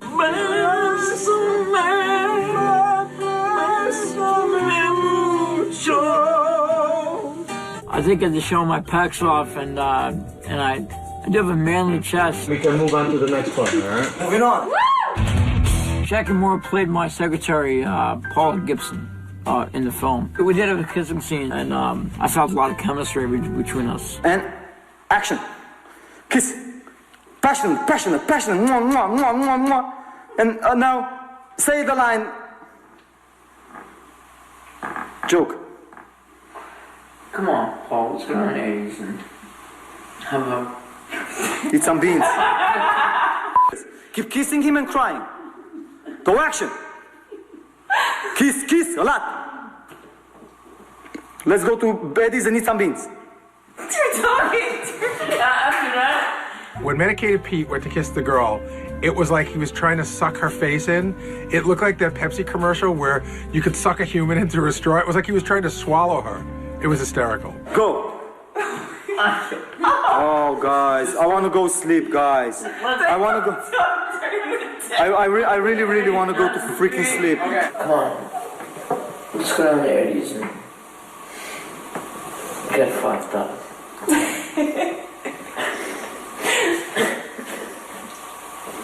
This poor actress that was forced to make out with Pete.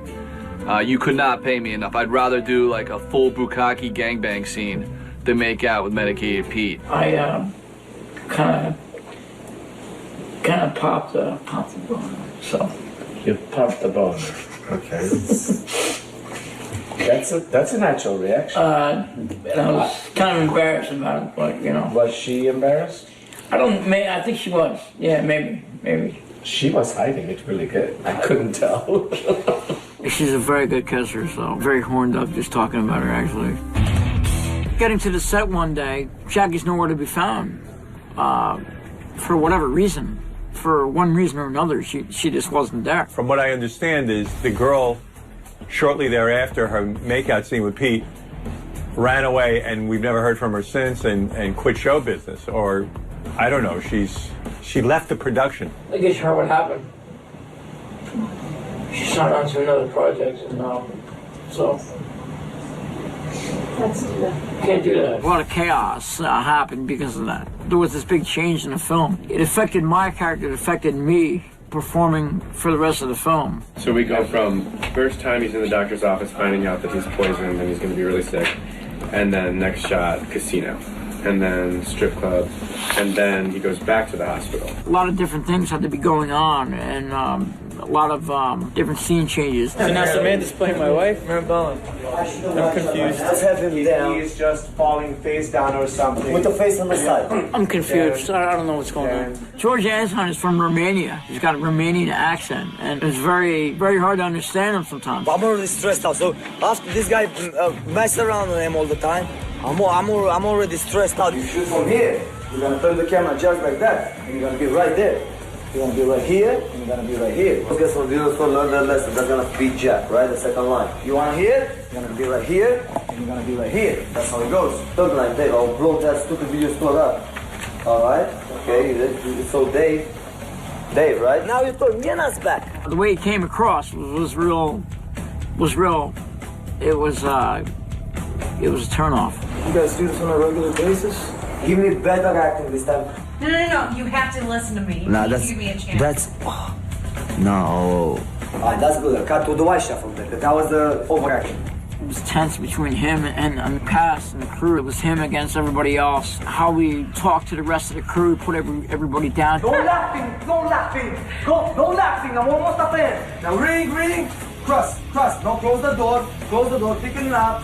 Ring. Yeah, of course. Bigelow came early. I am the director here, the only one director. And everybody else is in charge with what, when, and where. That means what the props are, what the makeup is, and all the stuff. Okay? And I am the only one wondering about why. Why? Because at the end of the movie, when everybody's gonna watch this film, I am gonna be the only one. Directed by George Anton. George had a breakdown on set at one point. I flew this man from New York to act. I don't need anybody to tell me how to make this movie, okay? And this money spent here, you guys came for free, spent gas.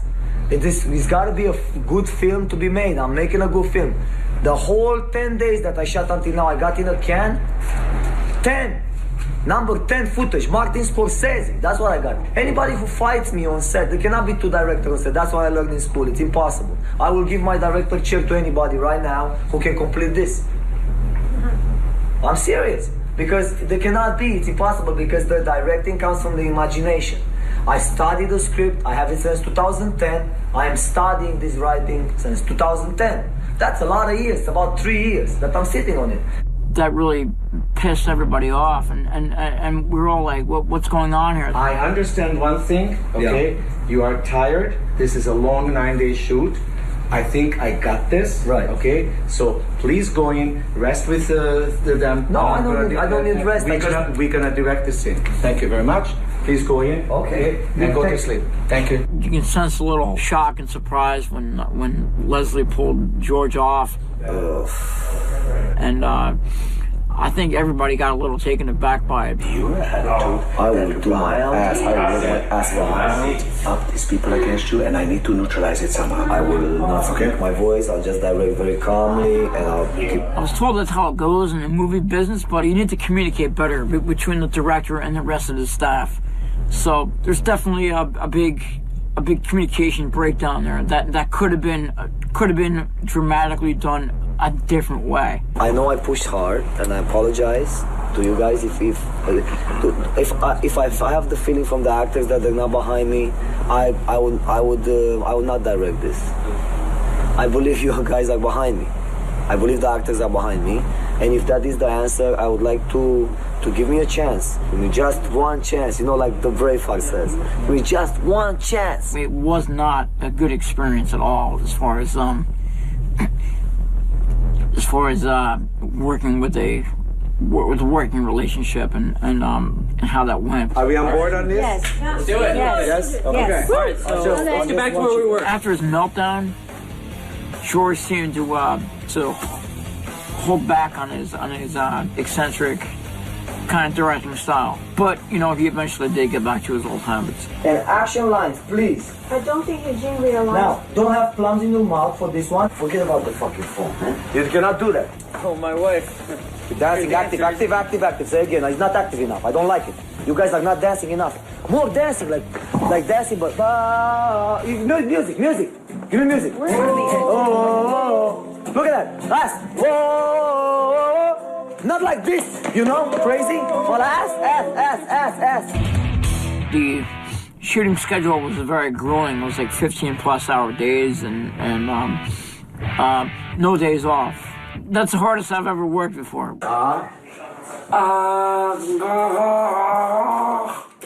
Good. Now, what kind of sensation do you have? Yeah.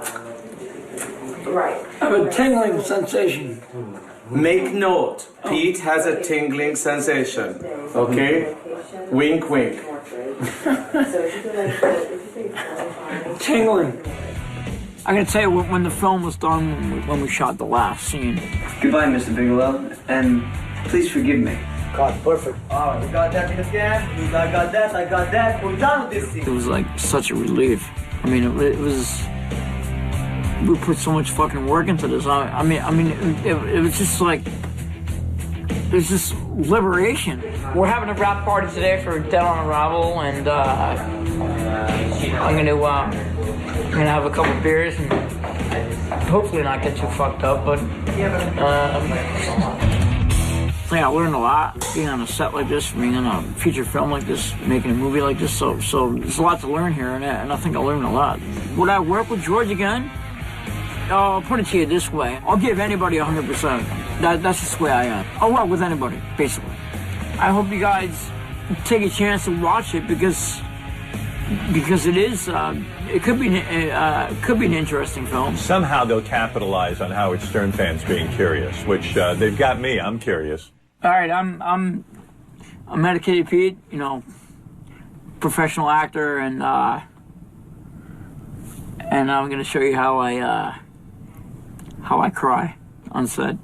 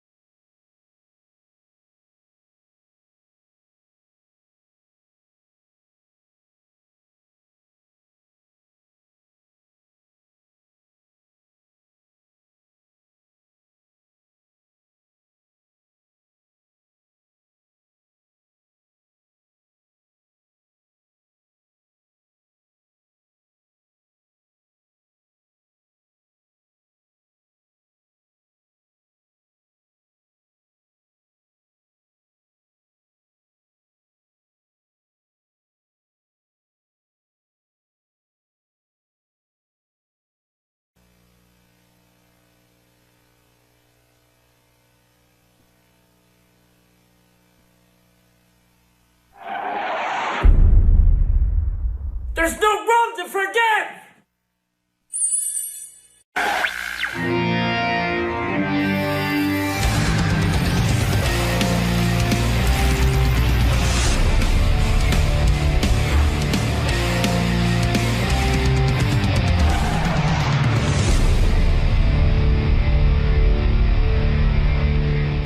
What a musical day.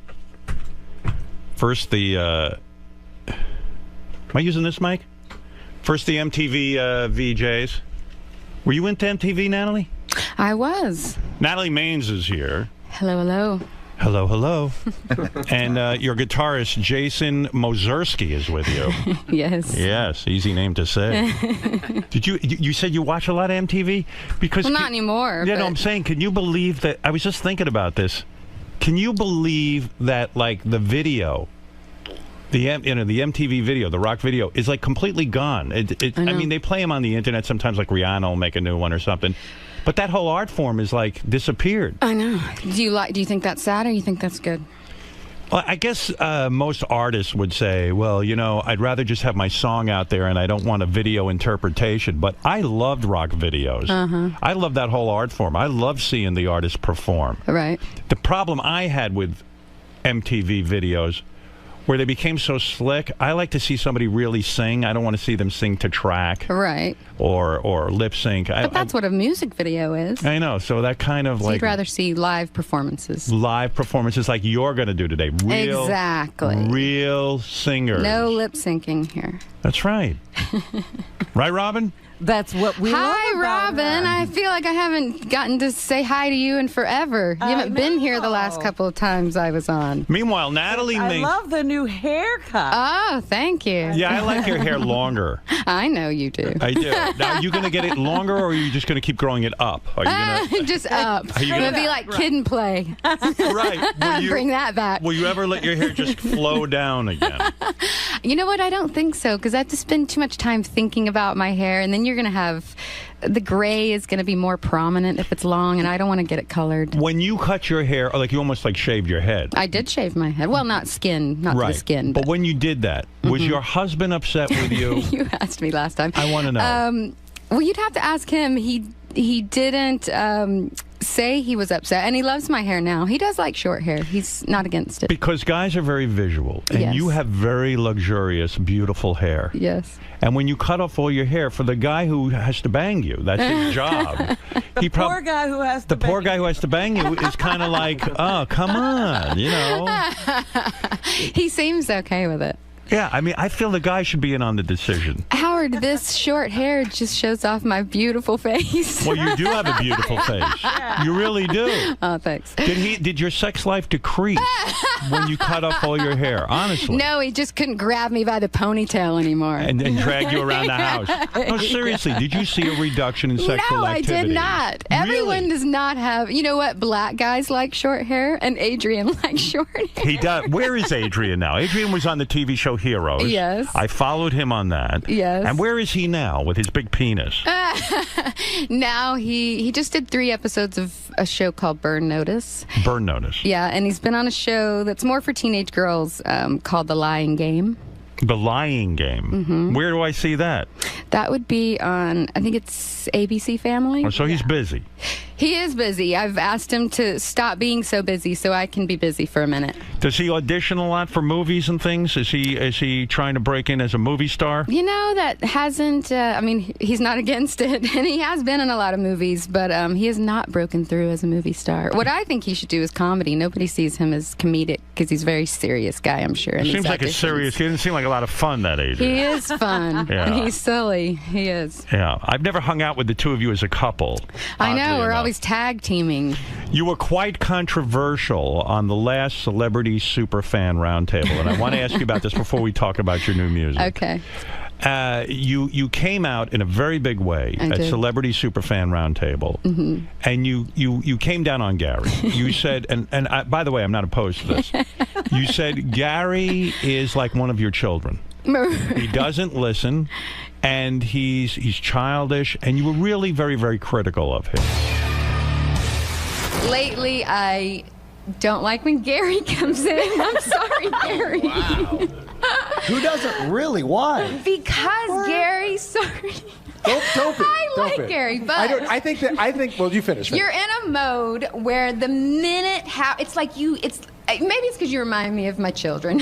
How they don't listen to me, and how Howard will say the littlest thing, and it's like you don't even take it in. You don't even hear what he says. Howard said it, and it's against you, and so you are fighting right back like a kid almost. It's more how he is with you. Specifically, like a parent, you know, the minute you say something, he just has to come in, defend himself. He doesn't even hear what you're saying. He doesn't take a beat to think about if any of it might be true because you said it. It's just for shtick. You're just ragging on him. There's no truth to it. He thinks you really would like his TV show if you just watched the whole thing. So I sent out a plea for you to please watch the whole thing and tell Gary if you like it or not. You know, you're very astute. You really are. Thank you. Because when I say things to him, I feel he doesn't listen. He just quickly. Exactly. And now he's on this thing of not having to listen to me about saying this and just saying she doesn't like me. Yeah, now it's not that you don't like Gary, right? No, I like Gary fine. I'm pointing out one little thing that bugs me. He's being about overly him. sensitive.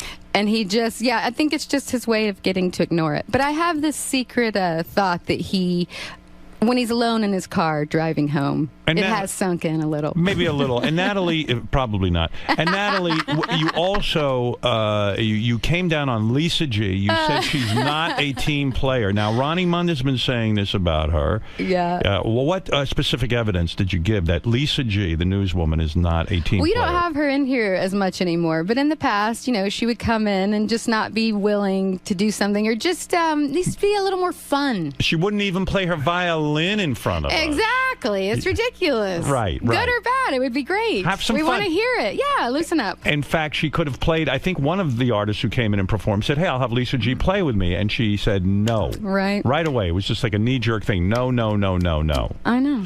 And also, there was one other point that you made. You were against Johnny Knoxville being part of the panel. No, I wasn't. That's But after Superfan. the fact, no, I didn't have any. I didn't. You feel he was not a true super fan. But after the fact, there were a few suspect people in that group where I would say pieces of vinyl, and they would look at me like, "What the fuck are you talking about?" And how do you not know pieces of vinyl if you're a super fan? This is called the Celebrity Super Fan Roundtable. I sometimes feel like the only super fan. So- My co-host Jeff Probst gave me that look about about vinyl. about pieces of vinyl. Wow. I know. Oh, what the hell?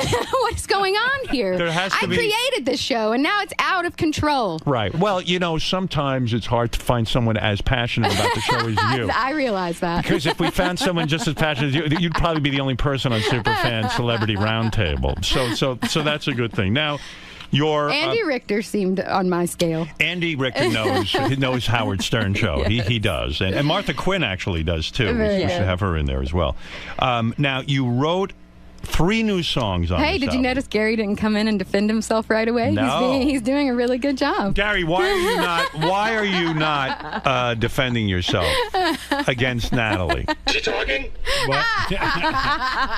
Why are you not defending I thought you yourself? were here to sing. Well, she's Shut going to up sing and in a sing. minute. I've been told that. Do you still feel Natalie does not like you? I think she says she does like you. I think that Natalie's making the point that I don't always listen to everything you say, and I think I heard what she said, and in my car on the way home, I'll think about it. All right. But also your point, how my other point to all of them, because they were talking about these outside projects, and you're always complaining about that, and their defense is, well, Howard, we don't know if he's going to be here at the end of this contract, and he told us to start setting things up for ourselves. Right. But I think it's funny that they're all setting things up for themselves in front of the camera. I mean, shouldn't Right. Gary be doing what he does best? He should be producing the greatest show ever, and then he'll produce the next greatest Well, I've show had a ever. change of mind on that anyway. I evolve as an entertainer, and I also Right. evolve as a person who has to run a group of people.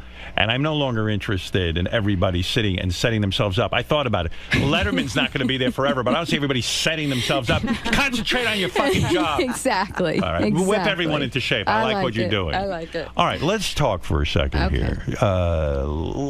Let's try to dissect what's going on with Natalie Maines. Okay. Dixie Chicks dead. Right? No, we have 4 shows this summer.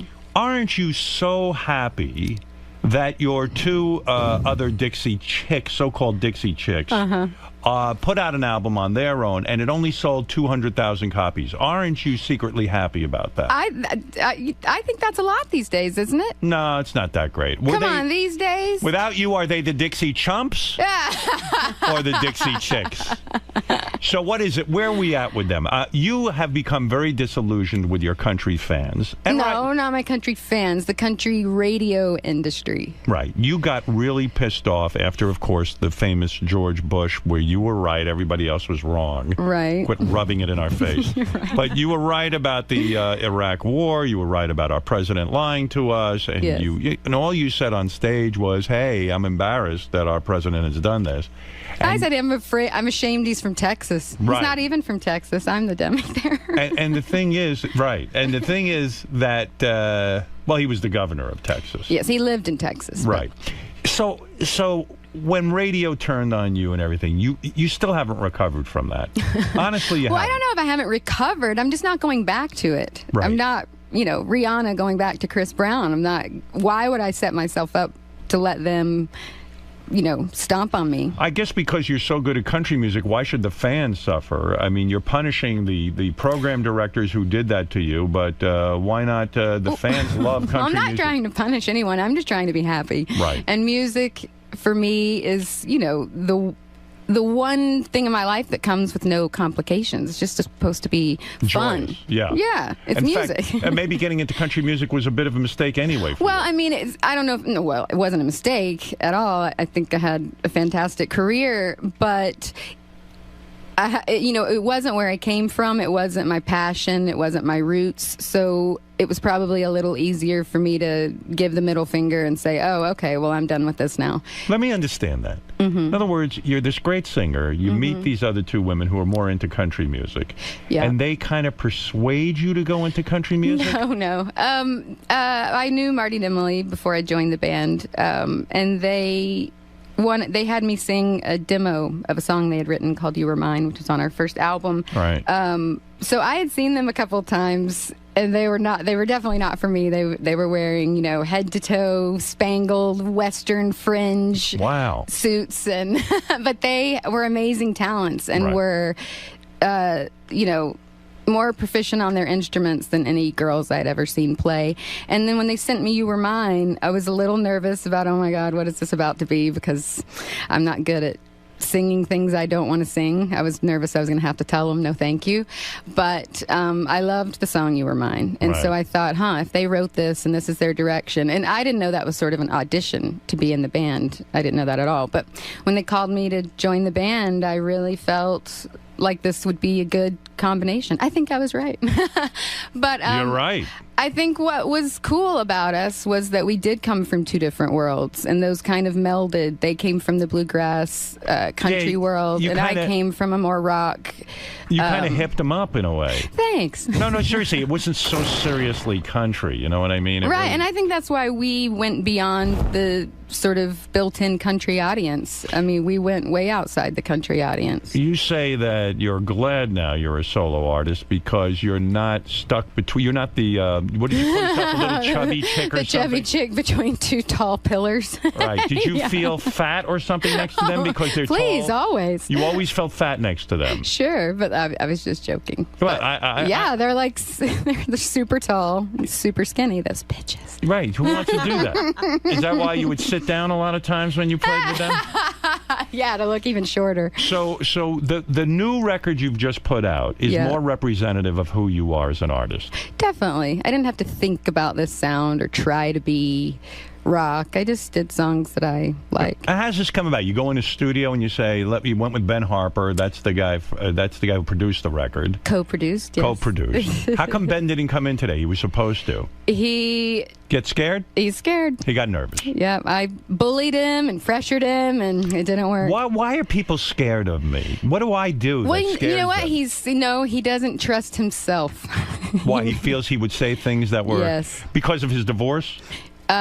Yeah, and maybe just a lot. He's a very sexual person. Oh. So I think he has lots of stories. And also, he can't stand Gary either. Is that correct? He said he just can't look at those lips and teeth for the whole hour. Especially when they get dry. So, in other words, this guy, Ben Harper, he was married to Laura Dern, right? Bruce Dern's daughter. She's famous. He probably figured he'd come in here and I'd ask him about that. I think he was nervous. I see. Yeah, well, look, he probably should be. I would have asked him about it. He's been married twice. He has. And he's got kids from 2 different women. 4 kids. What's the game plan here? What is the game plan with this guy? I don't know. Did you ever say to him, what is the game plan? Well, I tell him the game plan. What is the game plan? Prenup next time. Right. I think a woman past the age of wanting children would be fantastic. Yes. Or a younger woman that doesn't want children. Right. Yeah, he's gonna have to run him by me. I act like his older sister now. Are you saying that Ben Harper has more money than Laura Dern? I have no idea. Well, I mean, does the person with more money have to pay the... Yes. Then I guess so. Oh, he's bitching about the amount of money he has to pay. No, he's not bitching about that. I would think Laura Dern. He's not bitching about it. I'm bitching about it. He would get into another marriage without signing a prenup, which is insane. Were you attracted to him during the making of the record? No. He's an attractive man, isn't he? He is very handsome. Right. He is. You never cheat on your husband? Never. You've never been swayed? Never. It just shuts down. I'm not even looking for that. Your vagina shuts down to other men. Your vagina's only open to one man. Exactly. He holds the key. So you went in the studio and you did a bunch of cover versions of songs that you love and also 3 originals. Yes. One of the songs is written by you. Well, no, 3 songs are co-written by me. Did you get my email the other day that I sent you? I did. I was sitting and listening to a radio station out on Long Island, WEHM, and all of a sudden I turned on the radio just at that exact second they were playing one of your new songs. Is that the new song you wrote? No, that's an Eddie Vedder song. It was an Eddie Vedder song? Because I didn't recognize it. Well, it was on his ukulele album, which I'm that's sure why. you haven't listened to. I see. And so you're getting some airplay now with the new record. A little, but people I feel at the label everywhere a little confused about what this sound is. And what would you call this genre of music? Rock. I think it's rock. It's rock. Mm-hmm. I'm not confused. Maybe Why a is little everyone... adult contemporary. Well, because it's adult contemporary too. I don't think it's alternative enough to be AAA. It's not alternative. All right. It is a little more straightforward. All right. This is Natalie, like you've never heard her before. Right. Let's try to determine what this sound is. Please. Let's call it anti-Gary rock. Okay. It's a whole new movement. All right. So here is Natalie Maines, who is a super fan of our show. Yes. Formerly of the Dixie Chicks. Although you guys still go out on tour every once in a blue moon. Yes, not formally of the Dixie Chicks. Of the Dixie Chicks. Is it financial with you? Is that why? Because it's so much money they drag you back in every once in a while. I enjoy playing, but it is difficult for me to shift gears. I'm trying to focus on this and to take calls and emails constantly about these other shows. It is taking my In order for your new focus away. record to really take off, you've got to hit the clubs. You've got to... No, listen to me. Don't laugh. You want my What am I record? supposed to do with the clubs? I'm going to tell you. Dance? Oh, I always wanted to dance with Not you, those Howard. kind of clubs. I'm saying you've got to go out on tour. Yeah. Even if it means, smaller clubs and smaller venues. I think that's fun. And I'll do that. introduce you.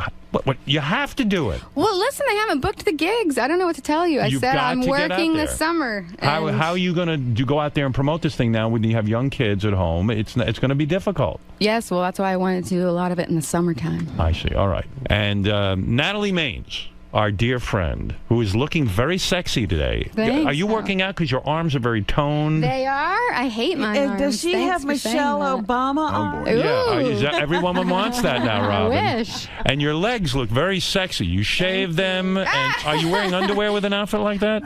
Today I actually am wearing underwear. Good for you. But last when I was on 6 years ago, I said I wasn't going to wear underwear until the troops were brought home. Yeah, that's right. I did stand behind that, but they're not all home. But No, I do they're have not. underwear on. Well, you look fabulous. Well, thanks. The new solo album, Mother, is in stores today. Now, for more information, go to nataliemainesmusic.com. Oh, Howard, can I take up a little issue with you? Sure. The Black Keys are fantastic. I'm in not your- saying no. You have to have them on. It's a huge mistake. Yeah, it's Black a Keys. huge mistake. Well, maybe All we'll right. listen to you. We're not Please, I'm not listening to that. please. I'm not listening to that little twerp in the office. He says a lot of crazy shit, I'll agree. The Black Keys. What are is it? And they're huge fans of yours. Everybody go to the store, get the new solo album, Mother, in stores today. For more information, go to nataliemainesmusic.com. Natalie, thank you. Jason, thank you. Thank you. And bring the troops home, Obama, so Natalie can live her dream and go pantyless. Back again, no. or something I'm like in that. panties. All right. All right, we'll be back right after this. Natalie. Yes. In a perfect world, if you were Baba Booey's boss, Yes. and you could sort of structure his day for him, take us through what that would entail. I don't know what Baba Booey has to do all day, but it would entail getting guests, just fantastic guests. Also, this is how many times I've been on the show now, and I still have yet to ever get a water without having to ask for it. And I'm listening to people all the time on this show, parched, they're dying for something to drink. I'm at my house going, give this person some water. You hear the lip smacking and all Yes, that. yes. So you want him to be more perceptive, better memory. That's right. Now, what about his other endeavors? Where does he fall short in your opinion? When he's on camera, when he's a tech expert, when he's a vinyl expert, where are his shortcomings mostly?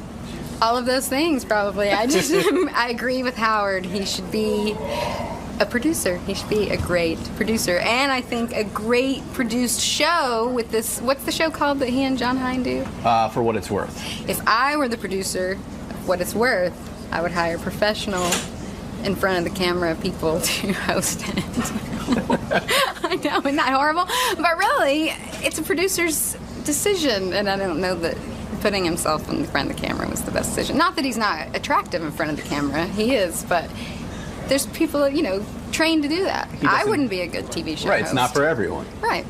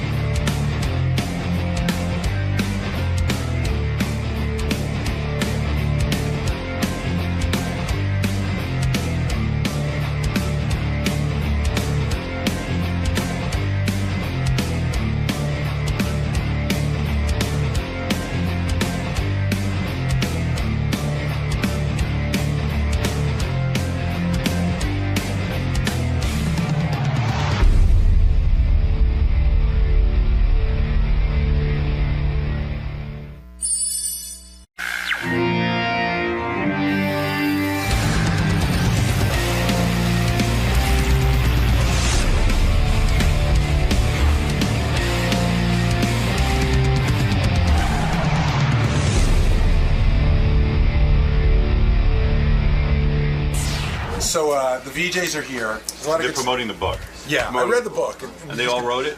Yeah, it's like an oral history. They were interviewed, clearly interviewed. They were, Howard. The overall wrap is they got the gig. Nobody knew what it was going to be. They got famous. MTV treated them like shit, through the whole time. All right. The original MTV, to be one of the original MTV VJs.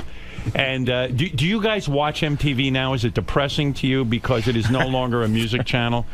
The answer is no. I don't watch it much. You don't watch it? I tune in every so often just to keep up with the vocabulary of the kids. That's Alan Hunter, by the way. I'll identify everyone's voice. Nina, you said you get depressed when you tune it in? I think the whole idea of what happened to MTV is depressing or just disappointing because I really was hoping that it would stay with the music thread.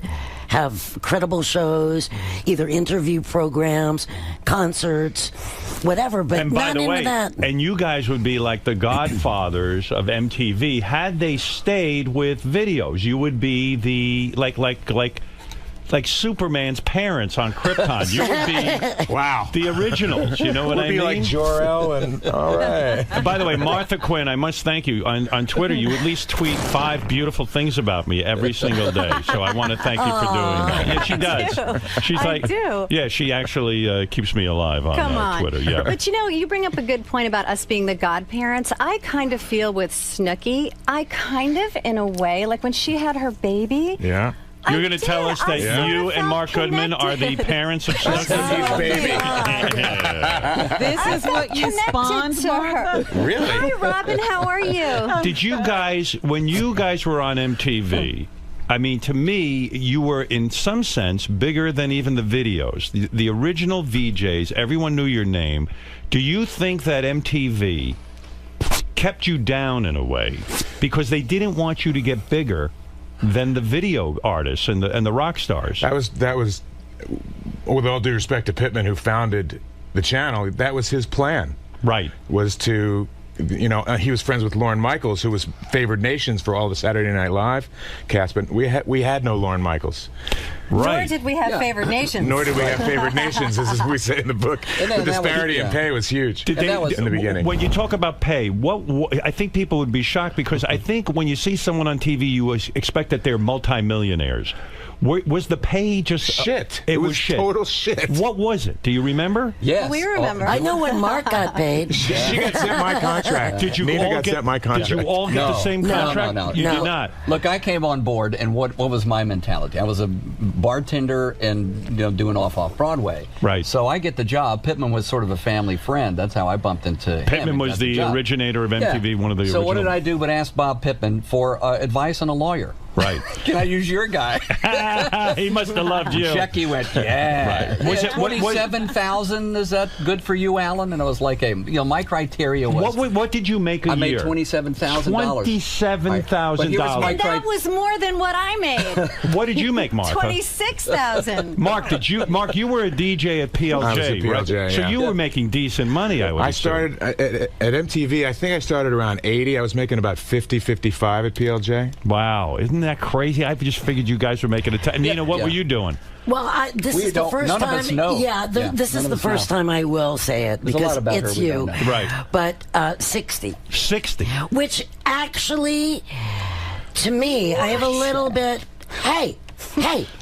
I was a harpist beforehand. You were blonde. I was blonde. Nina, you were a harp player, like a professional harpist.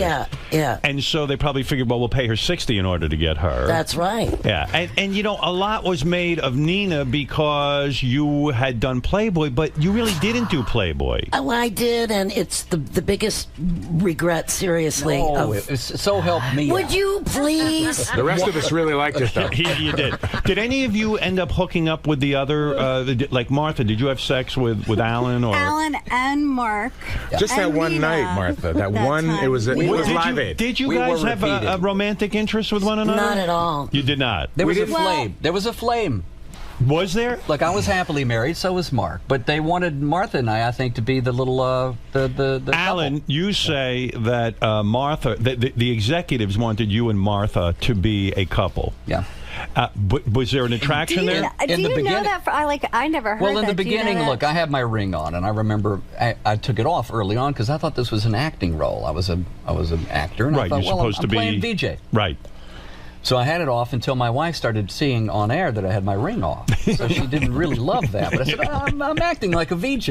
Right. But Martha and I hung around a lot. We all hung around the office a lot. So you were in the green attracted room. to Martha. I think we had a little flirty on-camera thing going. Right. And the executives liked that. And Right. they said, keep the ring off. It's good. And my wife came in one time. This is in the book. You got to. When do we start saying you got to read it? The book. I'm going to promote the book. Yes, the book we is. have to say all of the stories here today. I will be good at it. VJ, The Unplugged Adventures of MTV's First Wave, is in stores today. Sweet. Yeah. But Alan, we were hanging and watching some videos, doing some research at the office. Right. And my wife busted in. This is a story in the book. Right. And she said, "What the hell?" When you were with Martha. She kind of felt something was going on because Right. we were being flirty on the air. Right. With each other. And then Martha, I think, found that the sisterhood of women, don't touch my man, was pretty strong at the time. And you were taught a lesson. But Martha, is he imagining this? Were you interested in him sexually or not? Alan is so imagining this. There's no. This is the first show. She's throwing me under the bus. So, Martha, this was It a so hot. delusion of Alan's that there was chemistry between the two of you. You know, I have to say, I was obviously very young, and I met Al, and I thought he was really cool, and I thought, we got along great. Cool. Right. And it seemed to me like I didn't quite understand, what that really meant to be married. Martha, and, how old were you when you were signed to be a VJ? 10. You, how old were Yeah. you, seriously? I was 22. And the story on you goes, and I love this story because I know Meg Griffin. I think Alan tells this story, or Mark did, that Meg Griffin, who was a big-time disc jockey in New York City, was supposed and still works here at Sirius. She does. She was supposed to be she was supposed to. She had Martha's job in the bag. She turned it down. This is what drives me crazy about Meg, because she'll turn down anything for any reason. She didn't want to dance in one of the promos or something. Is that right? There was an interview going on the day that we took the cab ride uptown from the studio, and she told me she was going to quit. Right. There was this band called the Equators. Right. And this is before we went on the air. Right. And she did the interview. She was a great interview, and it was a sort of a ska reggae-ish kind of a band. Right. And at the end, everybody was supposed to stand up and dance to their music. Right. They did that one time. Oh, we had kids who were like 16 working the cameras and in the control room. Right. So they had to do like 3 and 4 and 5 takes. She felt really, really uncomfortable. She didn't want to dance. She did not. And so we left, and we took a cab uptown, and she said, I'm going to quit. Scott Muni, who was the program director of the station she worked at, was going to promote her to full-time. She had been in line waiting for that. However, there was something else that happened that she told me about much, much, much later with Bob Pittman, that she heard while she was waiting to sign her contract at the MTV offices. She heard Pittman in the next room, this is what Meg has told me, on the phone, talking about the channel. They were still, getting it ready, and yep, we got our black guy, we got our Jew, we got our jock, we got our sexy... Well, but wait a second. Let's think about that. Kind of makes sense. You want to have a cross section of the country. I wanted to be the jock. Right. Yeah. You were the Jew. I was the Jew. I didn't have the hair. You take what you get. Did you guys think when you got the job that MTV would be anything, or did you kind of think it's just a stupid gig? I kept my bartending job for the next couple of months. I was working the Magic Pan at a cabaret, making daiquiris. While you're on MTV, by day, MTV. We're doing this cable channel thing. We don't see it in Manhattan. Did people start to come into the bar and recognize you? So about a month and a half into it, it's 11 o'clock at night, cabaret show going, musical theater. Right. Jazz hands. And people are like, what do you do during the day? I don't know. It's a cable show. I don't see it. I don't know where it goes. I don't know if it's a hit. It wasn't on. A lot of people don't understand. Here. It wasn't on. We'd walk around the streets. We'd go down to Hell's Kitchen, 33rd and 10th, and do the show. And at night, I'd bartend. So I'm mixing a daiquiri. Yeah. And some guy really drunk on daiquiris. Shows the kind of people at that place. Douchebag. Was looking at me. He's looking at me kind of sideways. Yes. And I couldn't figure out why he's a douche. Right. And I won't name his name. Right. Fred. Fred.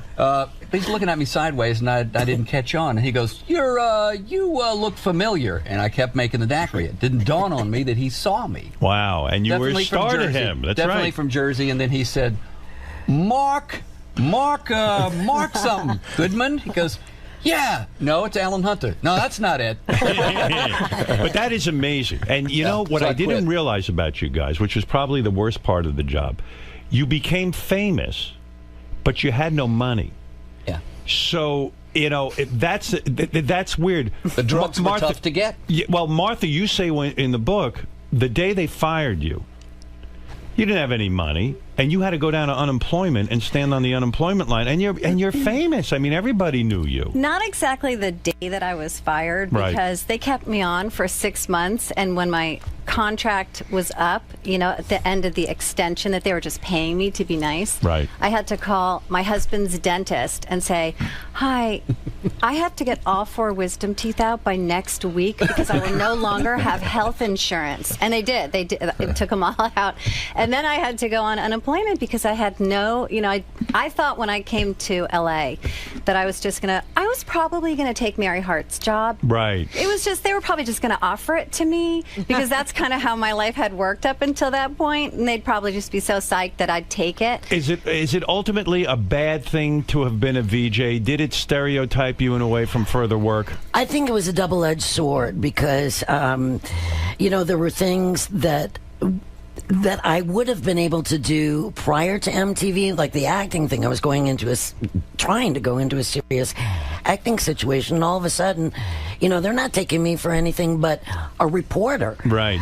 You know, so it was like, okay, well, I'll just stick to doing, which I love what I do, but so in my case, it was a double-edged sword. And Nina, with you, every guy wanted to fuck you really, really badly. I mean, it was crazy, right? Let's not leave out Martha, by the way. Oh, well, I'll get to Martha in a minute. But as long as I'm talking to Nina, every guy wanted to fuck you. You were the sex bomb. You know what MTV was like to And me? we are now on the Howard Stern Show. No. But Martha, it was like Gilligan's Island. You know, either you wanted to fuck Ginger or you wanted to fuck Marianne. Absolutely, that's the perfect analogy. Yeah. And I mean, I wanted to fuck Martha. I want to fuck you. I want to fuck Alan. I'll fuck anything. I don't care. But please, don't leave us out of this. But you ended up partying with a lot of rock stars as a result, yes? I wouldn't say with a lot, but there were a couple. Like Joe Walsh was an old friend of mine. You had sex with him? No. No, actually, oh dear Joe, I don't want to. I mean, Joe and I got along. Right. But believe it or not, despite what Alan even thinks, right.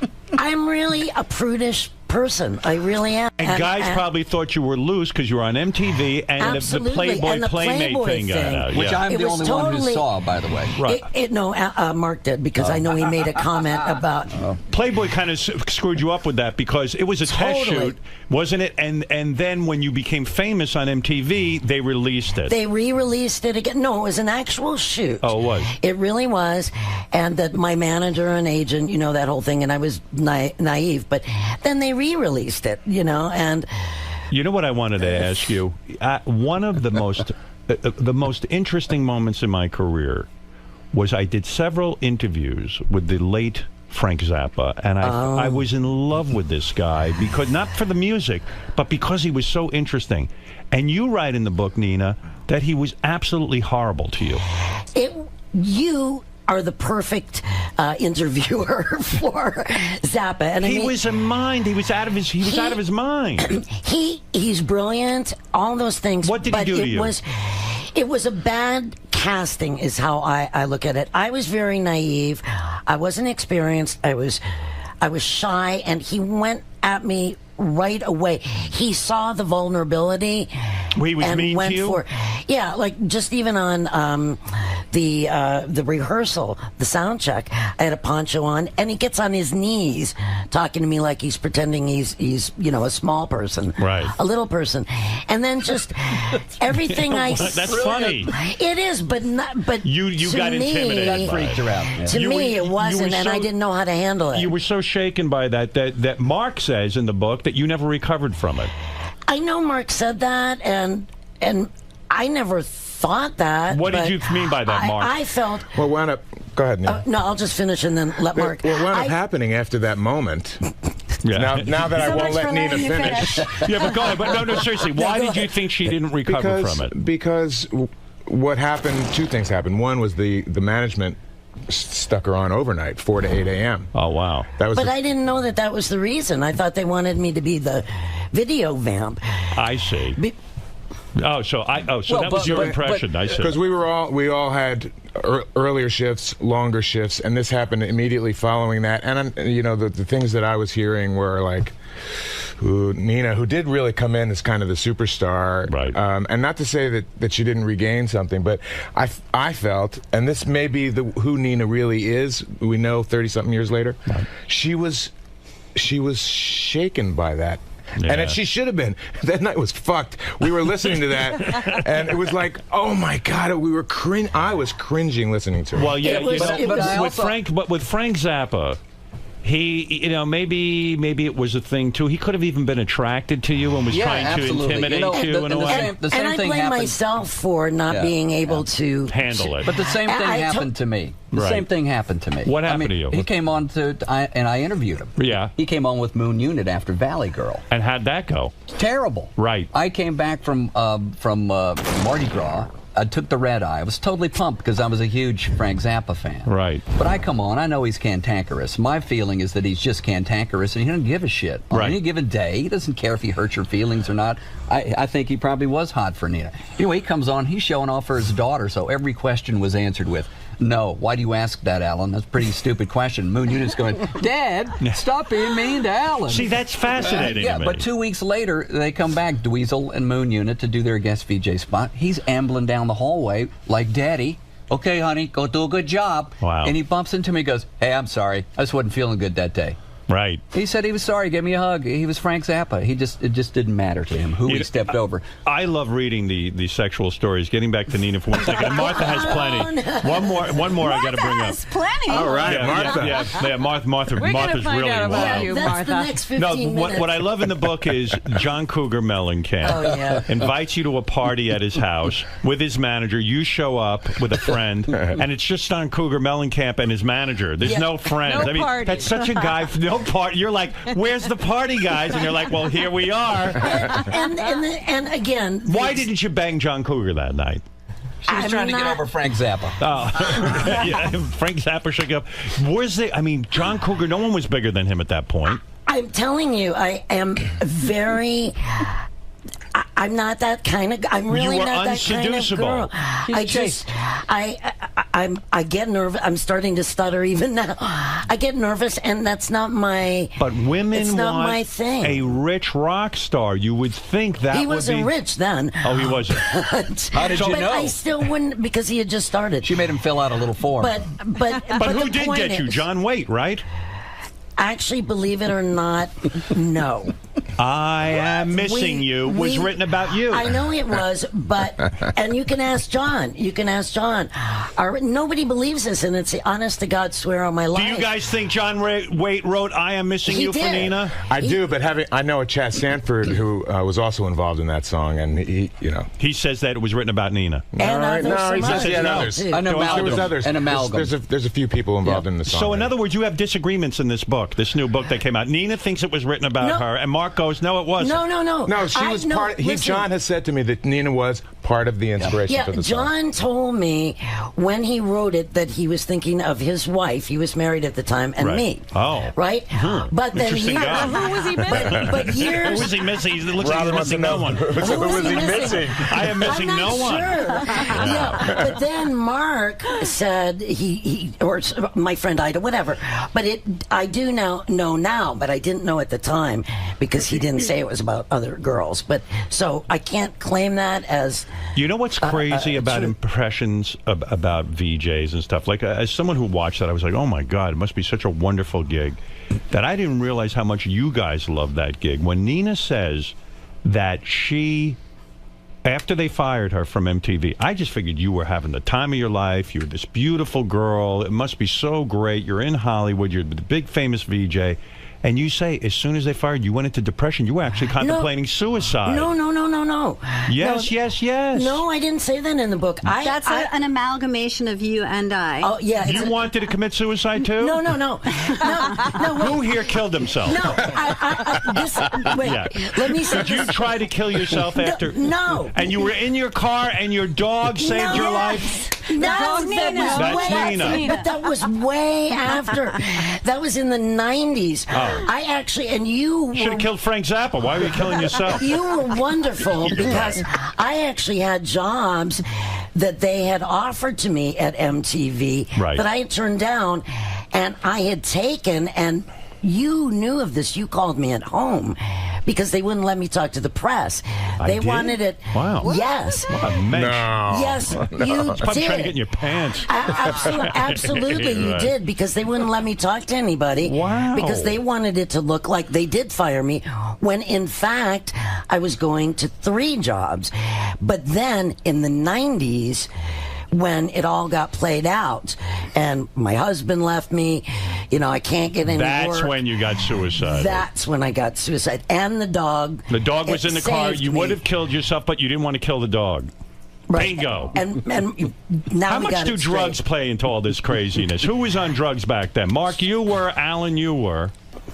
That's why we had a happy life. Did you? I've got none of this drama in my life. Yeah, but when you're making $50,000 or $40,000, there's no money for coke. Be very creative about that. Are the record companies giving you coke? Is that what's every going on? manager of every club that we went on an appearance was stoking us up. Is that how you made extra money? You could go to clubs and sort of appear places? No. No. It's not like radio where you can make club nights. No. So you guys would do drugs because people would give them to you. That's how you got paid. Sure. Well, we had mortgages. I love hearing Robin. It's so awesome. Martha, were you into drugs? No, not really. I was the person, I was thinking about this morning, and you will so relate to this. Remember that weird little pharmacy across the street from the original studio in the ground floor of the building? Well, it was right after the Tylenol scandal, and I bought some vitamin C, and I was like, you know what? I don't think this is properly sealed. Oh, my and I word. brought it back. This is the story. Watch out. And he goes, I'm not taking this back. And I said, I understand, but do you want me to take one of these and die? And he's like, oh, fine. And he took it back. So I was so jittery about that whole thing. That wasn't really my So scene. it wasn't your scene. Now, one of the things I got out of the book, and I remember this very well. I was a student of MTV. That you guys really were disrespected in the sense that, and this is part of them trying to keep you down. It was the first MTV Awards. And I would have assumed I was going to see the VJs as the hosts of the MTV Awards. God bless you. Yeah. And I really did, and I thought that'll be interesting to see them all together, to see them in a different setting. It'll be interesting. And every one of you were left out of that. Yeah.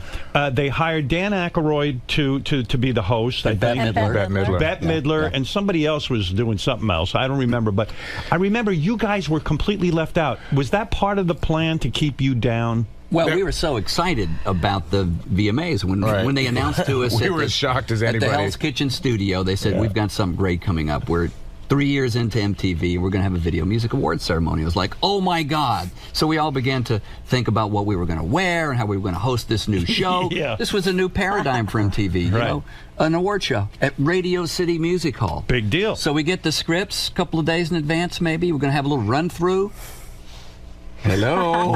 You're not there. Where am I? Yeah. My bit was a bumper to commercial in the nosebleed section, and that was it.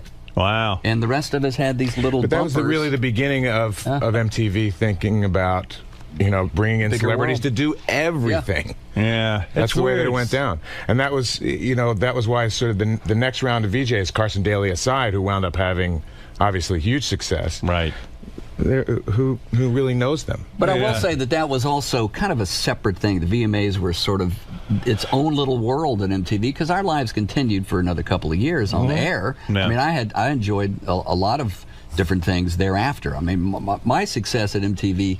I'm not here to say anybody's went down or up. I'm just saying I enjoyed the last did well few years. from it. Yeah, so because I got out of the studio and I started doing the zany stuff in the streets and at Daytona and spring break and stuff like that. That was really my forte. And I hated interviewing rockers, but I liked interviewing real people and jumping in the pool. You, Alan, you didn't. It's funny. You were married during the MTV days. Yeah, I had it ass backwards. So Mark, you were fucking like a rabbit.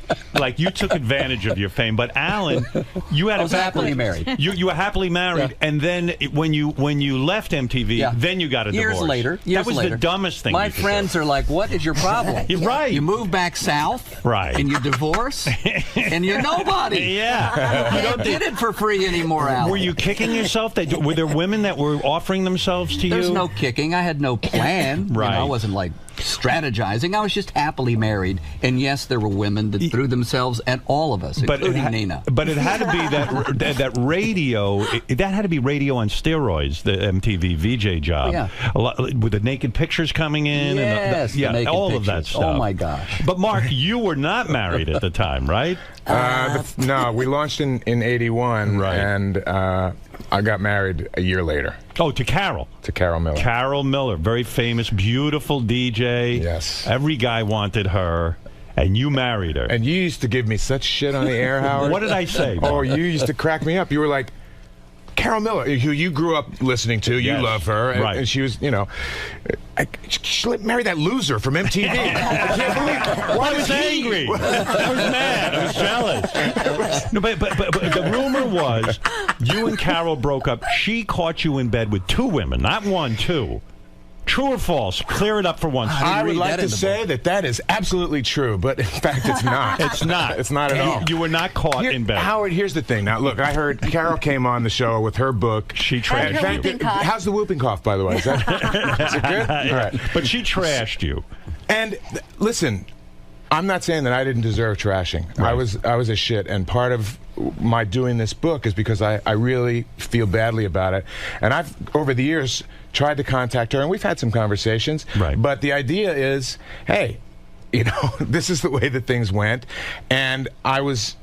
Years later, I just wanted to apologize. Right. That's where we're at. She laid it on heavy. She said that she had cancer and you were cheating on her and you tried to get money out of her. I mean, she was blasting away. She said that I did some things, and I did plenty of bad things, but she said I did things that I didn't do. She said that I paid It was for an amalgam. Well, yeah, right. So like it was between you and Alan Hunter. A composite character. But you want to know something, Mark? I actually felt funny that day because you weren't here to defend yourself, and that's why I am actually glad you're here and you can defend yourself. We just want to figure out what you did and what you didn't do. Listen, I talk quite a bit about the fact that, yeah, it was just a bad timing situation. Now, Carol was amazing, and if the times were different, if I hadn't have gone to MTV, we may very well have still been together today. Who knows? Were right? the temptations too great because you were a VJ and this fame all of a sudden everyone fame. Yeah. Somebody said, as we were putting this book together, somebody said to me, I don't know anyone who handles sudden fame well. Right. And I didn't, and I regretted it. Although I don't think the fame was all that sudden. Look, it was cable in the beginning of the 80s. Cable was still kind of green, and we had 2.5 million viewers on MTV. It rose to 40 when we all left. But in other words, it wasn't a sitcom that was an overnight success. We had this slow burn over a period of time. I was so famous, what happened? Al. I don't know, Al. I was famous. I don't know about you. He got famous right away. You're talking about it was relatively. Well, Mark was probably really the most successful because he was already a disc jockey at WPLJ. I mean, I would have given my arm to have that job. He hit the ground hound dogging, yes. Yeah. I mean, wow. That had to be a big decision whether to leave WPLJ and go be a VJ. You know what? I would have a hard time with that. I hated that job because... What, at PLJ? At PLJ. Why? I was on late at night, for one thing, and we were playing stuff that I had been playing in radio. I came from Philly, where the first place that I saw Carol, in fact. Where were you, WMMR? At MMR in Philadelphia. Right. And we were playing the same music that I had played for the last 5 years on the radio. I'm over it. We were not where we should have been. You know, I moved here into New York in '80. See, I never cared about the music. I wanted to just be on WPLJ. They were looking at me and looking at me. I'm following my career. And who did you work for? Burger? Yeah. Yeah. He called me up. I'm following you. I go, stop following me and put me on in the fucking morning. That guy was just a human sphincter muscle. Really? He was unbelievable. He was so anal about every little thing that he used to do in the studio, little cards and little notes and things. And that drove you nuts. Yeah, and we, you know, look, Meatloaf. We played Meatloaf. How many times do I don't need to hear it anymore. It drove you crazy. I don't, you know. Hey ladies, it's just funny, this radio talk. It's like so. But wait, inside. so when the VJ job came about, you probably said, "Good, I'm getting out of PLJ, and I can go there and try something new at least." I wanted to be where I thought music was going, not where it had been. How did you get the job? Do you have to audition for it? Yeah, I auditioned. There was guys who we had on the PLJ Morning Show, Jim Kerr, who works here. He auditioned. He had this comedy guy, a comedy duo. In fact, they auditioned. Everybody that I knew in radio in New York was at the auditions. Everybody wanted it. And what did you do at your audition? I'll ask each of you this. What did you do at your audition? You think that sealed the deal? Well, there was two. The first one was just like bare studio, sitting there. It was like, you know, Nazi interrogation thing. It was weird. Spotlight in your face.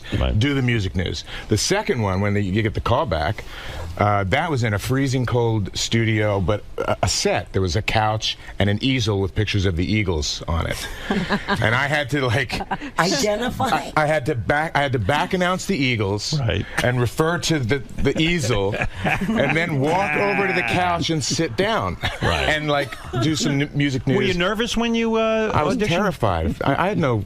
Television was not in my plan. I was a radio guy. And you guys point out in the book too. I guess I never thought about this.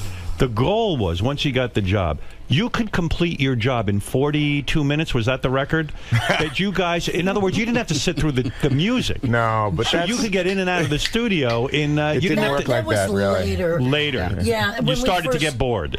Well, when we wanted to go do drugs, we needed to get out and get that show done. Were you doing a ton of drugs, Alan? Not on air. No. No, I was a recreational drug But user. in other words, your job could be 42 minutes. You could complete a 4-hour shift in 42 minutes. Mark and I did a little high-fiving with speed. But we had a crew that was also running now. You know how the people hype you up around here. It's like, come on, man, let's get in and out. We all got to go see the hockey game tonight. And you go, yeah, I'm going to get through But the truth is, too, you guys probably never even saw each other that much because you came in a while. We did. In the first couple of years, the first studio on 33rd and 10th, we did because we were in the same dressing room. Right. But when we moved to 57th Street, then they gave us all dressing rooms. Right. We each had our own, and then they also that probably wasn't we good. weren't taping in. We were taping in It was sequence. the beginning of the end of the MTV family. It really right. was. Yeah, because they need to keep you together. Did you bang lots of famous chicks, Mark, when you got big on MTV? No, but a lot of ones who weren't famous. A lot of ones who weren't. I have my near miss story, which is I would go to eat at the Applejack restaurant right up the street from our studio, and Diane Lane was in there quite often. And I would go and sit, and we would have chats, and I would fantasize. I wasn't looking to have an affair. So by near miss, you mean I know how near? How near are we talking? I know she was. Did you get in her pants or not? not? I know she was interested. She was. She came up and said, "I watch you on MTV." You thought married. Martha was interested. So you did bang her. So did you bang her or not, This Alan? is the theme. Al's imagination, right? Is that what it is? Al has fantasies. I didn't know write that. a new book. I learned in the MTV book, the new one that's coming out, of course, VJ, The Unplugged Adventures of MTV's First Wave, in the stores today, that, Mark, you sold meth in high school? Yeah, I did. I was entrepreneurial. I'm Jewish. Right. A Jewish meth dealer. You know, where do you find that, really? Where did you grow up that you're dealing meth? I grew up in the suburbs of Philadelphia. No kidding. That's where it's big. It's huge there. It's How there much, and in Indio, California. Meth is a drug I don't understand. I mean, how much is it for this meth? And then you apparently lose your teeth and your looks immediately after you do it. You know, I never had an addiction to this stuff, and there was people who used to come to buy from me back in the day who were terrifying that I wouldn't let in my house. I bet. You know, but that kind of went away. Once I went to college, I hoped to go to college with a lot of money. I had a big deal planned at the end of the summer. Right. The guy, this French guy that I had been dealing with, gets busted and deported in one night. And so with my 10 grand. All right. Are you still selling meth? Yeah. Just around here. You could get some. Yeah, but Howard, meth ain't like it used to be. I bet. Now, Martha, the MTV tried to set you up on a date with Billy Joel as sort of a publicity stunt. Is that correct? Yeah, and I look back at that and I go, what was I thinking? I should have at least said, I had a boyfriend at the time, and I should have said, you understand, this is business. I'm going out with Billy Joel. But I was like, no, I can't. You should have done it. You had a crush on everybody, Martha, and you couldn't go out to dinner with I just can't imagine how different your life and my life have been at different points. Like in high school, I'm in like Anna and the King and I, and he's selling meth. My girlfriend. They wanted diversity. At She's like, I would not have hung around with you. I'm like, I want to be Mrs. Rick Springfield, and he's like, MTV paid for my first hooker. Yeah, he's having. What's going on? How can I be living such a different life? Did you go to hookers when you were at MTV? No. First of all, did you have threesomes and foursomes? I mean, were you orgying? In Japan. I had some experiences like that at MTV. Very nice. Now it's easy for him to say yes. Now it's easy to say yes to everything, Howard, because you've opened the Pandora's box. Now it's like, oh yeah, I did that. By the way, MTV paid for my first hooker, and there's no question about who paid for the others. Who did? There was no others. That's the point. It was in Japan. It wasn't a hooker. Martha went out. Did you guys? I read this. Martha went out. She agreed to go on a date with Paul Stanley of Kiss. And you not only went out with him, he took you on a bowling date, and you were completely turned off to him sexually because he cared too much about bowling. Okay. Kiss is an awesome band. I love Kiss. No backpedaling, Martha. Go for it. I just want to say when you... Did you blow Paul Stanley? I just want to say that sometimes there are fragile egos, and I'm sure that Paul Stanley is a much better bowler now. Hey, was he really angry that he could not get his bowling game together? He was just super into bowling. Like, he came and he had like his own shoes and his own bowling ball and his own bowling bag. My God. And then is that a turn off? This is all a mess. I mean, he's into it. And then we were bowling, and all of a sudden he's like, examining the pitch of the lane. He's like, he complained about the pitch of the lane. Let us speak in metaphors here. Wait a second.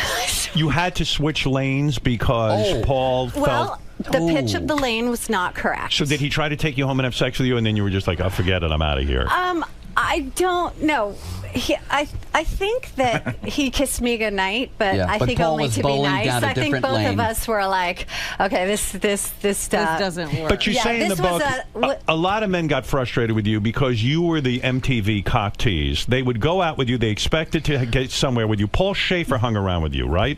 A long time. He put in a lot of time with you. The band leader of David Letterman. Know this? You're assuming that. I'm reading. It's in the book. It's in the book, I think. No, I know, but you don't know the amount of time. He put in time, and then he decided he gave up on you because you weren't putting out. He told me on Fifth Avenue that I was being a tease, and that was it. Yeah, he wanted it. And who does she show up with, though? And God bless him, we loved him. But one day, she shows up with Stiv Bader. Stiv Bader. Oh, Stiv Bader. You know Stiv. From Lords of the New Church. I really don't know Stiv. But really? She has the pick of Not like the Martha knows litter, Stiv. if you consider Paul Schaefer part of a litter. Right. But there's Stiv Bader. She went for the wonderful, geeky kind of You roadie. had sex with Stiv Bader, you right? said to Nina, you Did go you for have rich sex? rock stars. I went for the poor ones. You went for like a punk dead guy. But I liked no pigment whatsoever. The girl next the door. less pigment, Did you the have an better. affair with him? With Stiv? Yeah. Oh yeah, we were together. For, Was he good in bed?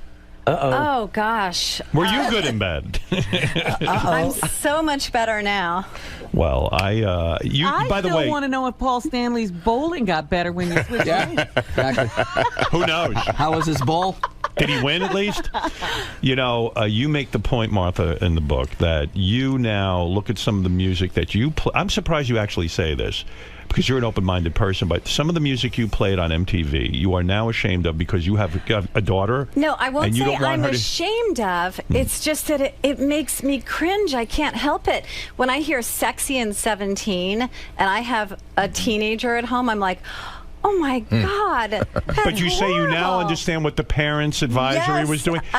But Sexy and 17, isn't that what they said about Elvis and all this stuff? When you're 17, you think Sexy and 17 is all good. Right. When you're a parent, you go, oh my God, what a horrible message. Or you listen to like Rick James, Super Freak, and you're like, oh my God, some dad out there is praying that that wasn't written for his daughter. Is everyone happy now? I mean, the book is out, VJ, The Unplugged Adventures of MTV's First Wave. It's in stores today. We congratulate you on that. Thank you. Thanks. Where How are did we? this project come about? How did this? Who decided to get? Well, people Mark was together? dealing meth. He said there's got to be something better.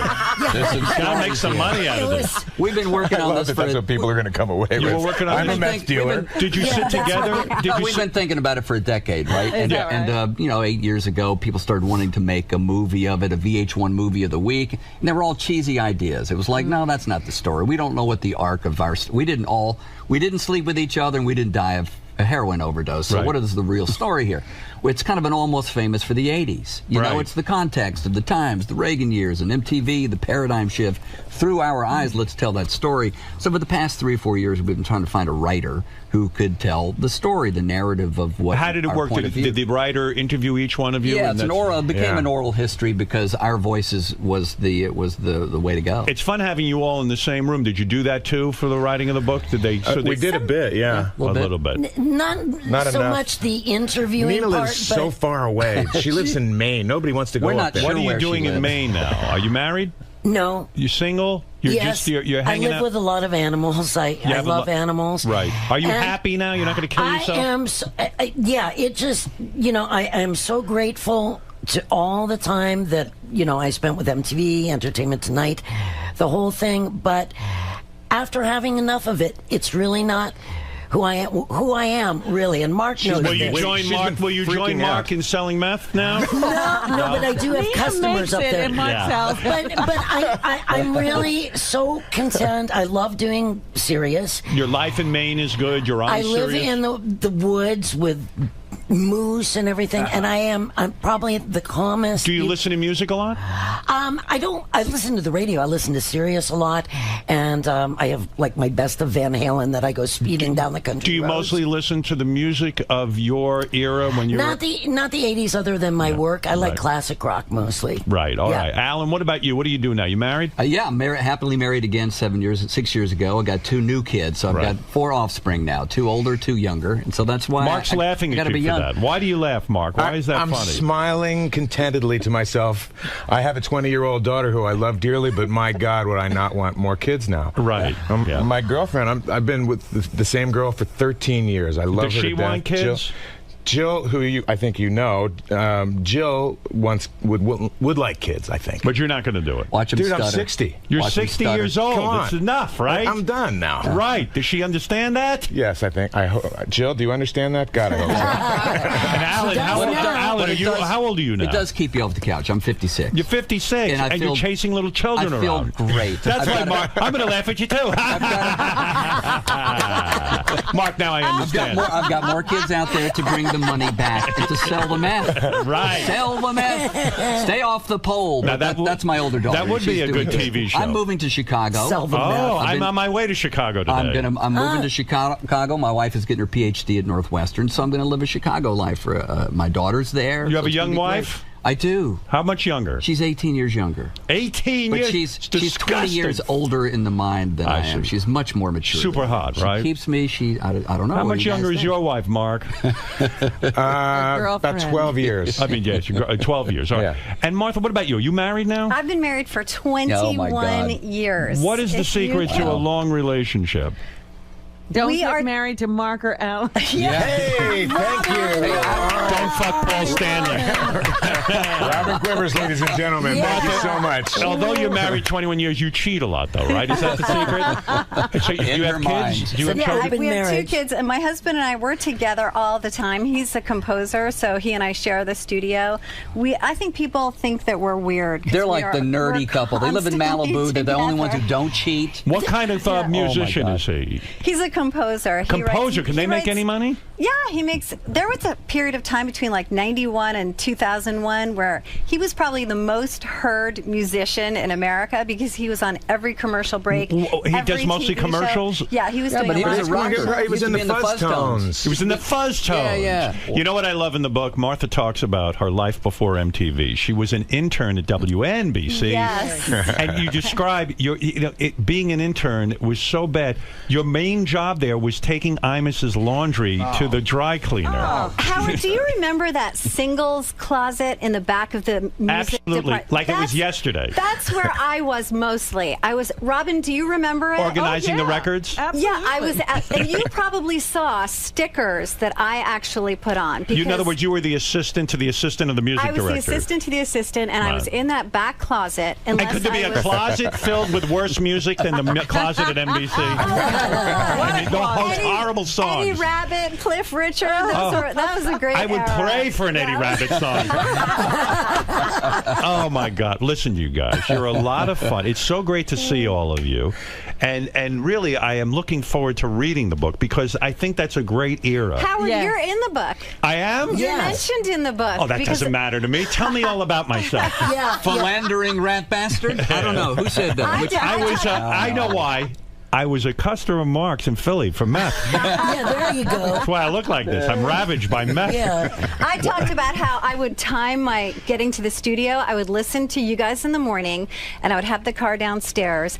And as soon as you went to commercial break, I would get the elevator, run downstairs, get into the cab, and as soon as I got into the cab, I'd say, "Okay, can you turn on Howard Stern?" And the second it's just me and this cab driver in the cab, and you come on, immediately you would start talking about lesbian sex. And I'm sitting there with a cab driver, and I'm like, "Oh, that's okay. You could go to PLJ if you want. That's okay."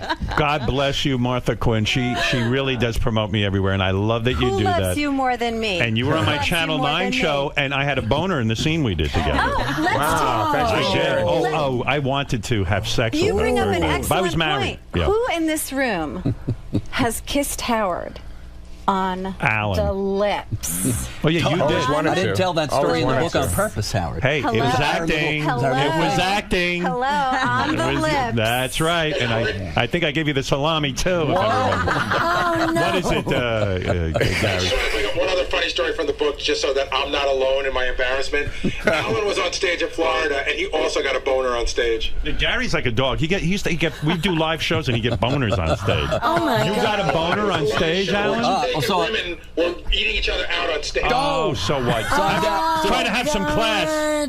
I'm at spring break, right? When the debauchery began to happen down at spring breaks, right? That was what MTV was known for. I've got my wife and my 6-month-old child up on a platform looking down at me interviewing Hawaiian tropic gals in their bikinis, 10 of them. And I'm just doing the stupid shit like interviewing their butts, and hey, those boobies talk is like kind of, I was being Howard Stern. I was honoring you. And I look up, and she's waving my child up in the air. Like, "Hey, honey!" And the guys are starting to chant in the audience, "Hunter got a boo! Hunter got a Woody! Hunter got a Woody!" And I was like, "Oh, what? What? Hunter's got a Woody? Ah, ha, ha, ha!" And I turned to the camera, not knowing what I had just Fully repeated. aroused? I didn't have a Woody. Yes, you did. It was just funny for them to say that, but I don't think I knew what a Woody was back then. VJ, The Unplugged Adventures of MTV's First Wave is in stores today. I want to thank, of course, Nina Blackwood, Alan Hunter, Mark Goodman, Martha Quinn, and the only guy who couldn't be here was the late, great J.J. Jackson. J.J. Jackson. Who was with us every single day when we were doing this book. How many years? Miss him. Oh, he was? Well, but I mean, did he died in 04. Oh, he died in 04. He was sort of, he had sort of the most rock credibility in a sense. A lot of rock credibility. Yeah, and he had made the most money, too. Led Zeppelin In the beginning. credited JJ for helping launch them in the United States. It's something that they never, ever forgot. Right, yeah. He was a titan. Thanks for What did he mentioning die of? JJ. What did he die of? He had a bad ticker. He had, he had a triple bypass, and would continue to smoke. We went out to see a movie probably 3 weeks before he died. Wow. And we stand in front of the theater, and he lights up a cigarette. This is after the triple bypass. It's horribly Mark, do you addictive. have a beautiful story about that night that if you could Mark and JJ were standing in the middle of the street just after this movie, you know, and stood in the middle of the street, and you guys hugged each other, and you said to JJ, "I just want to tell you I love you." Isn't that nice that you got so nice? an opportunity It's nice to do that? You remember that, It's Martha. so touching. It was JJ. Well, we were all incredibly close. He was a special guy and was sort of the patriarch of all of us. And he was a few years older than us, had a lot more experience, but was so gracious and so loving to all of us. Really open. And last night, Instead of being a dick, which he could have been. No, he was embracing of you. He was the most respectful and honorable fellow we knew. I mean, he had and last integrity. night, honest to God, they'll laugh at me, but seriously, I was lying in bed. Don't say JJ was in your room. Don't go there, Nina. Did JJ come to you? He came in. Finally. They never let me finish anything, Howard. JJ came to you? No. I think it was another big black guy who came to you. Did he have wood?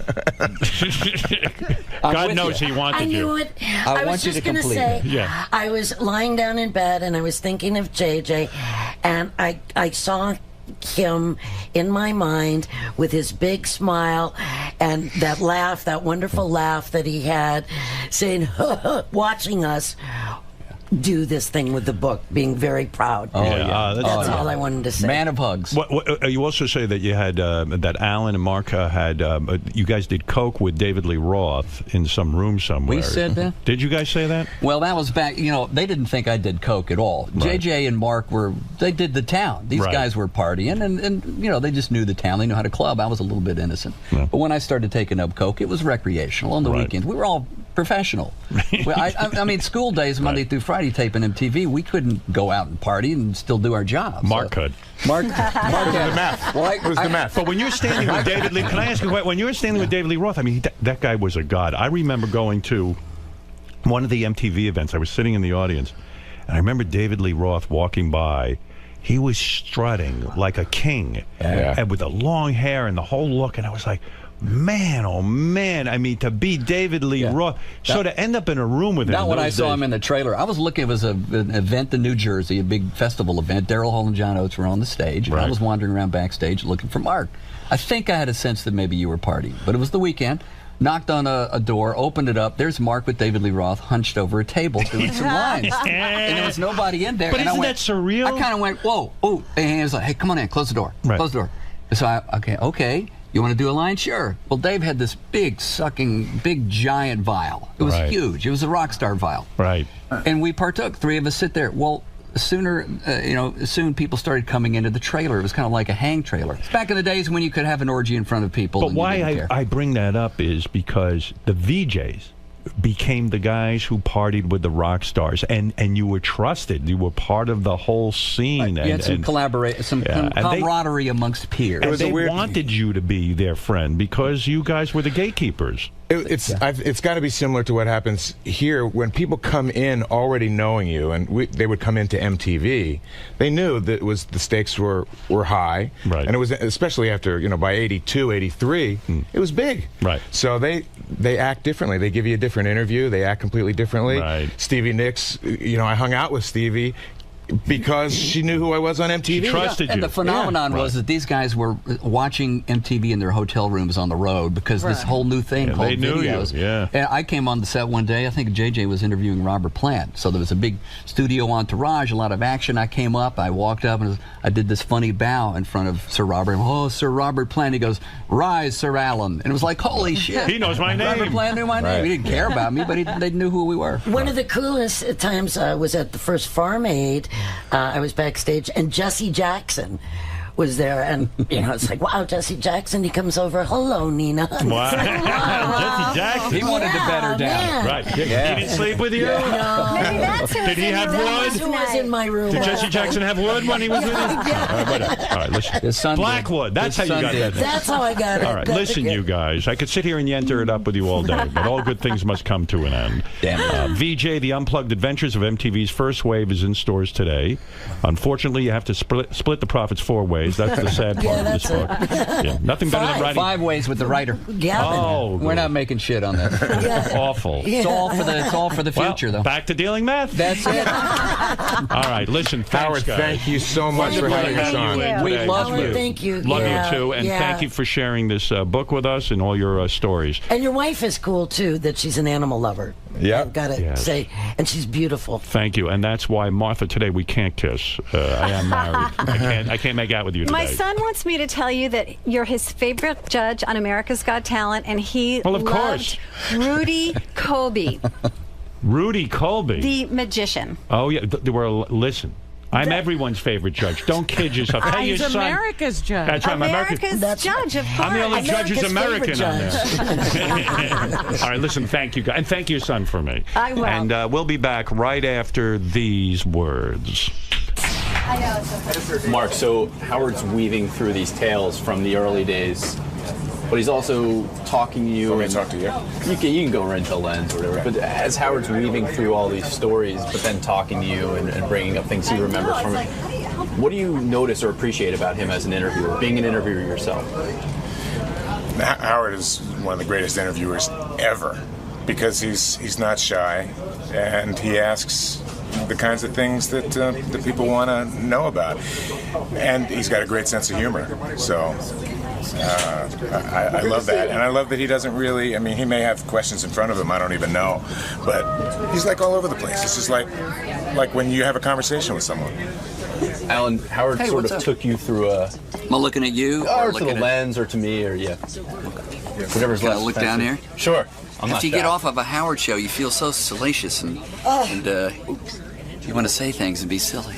Do you think you said too much in there? No. I mean, I think we all came prepared for Howard, meaning, Howard's like a cathartic experience, for God's sakes. Where else can you go and just let it all hang out? I was just asking Mark what he appreciates about Howard as an interviewer. How about with you, Alan? I think he's genuine. He's incisive. He paces it well. He keeps the flow going. I mean, he's the most. He makes you feel safe and good. I mean, really, it's like going to a psychologist. There's just nothing that you can say that would surprise him or offend him.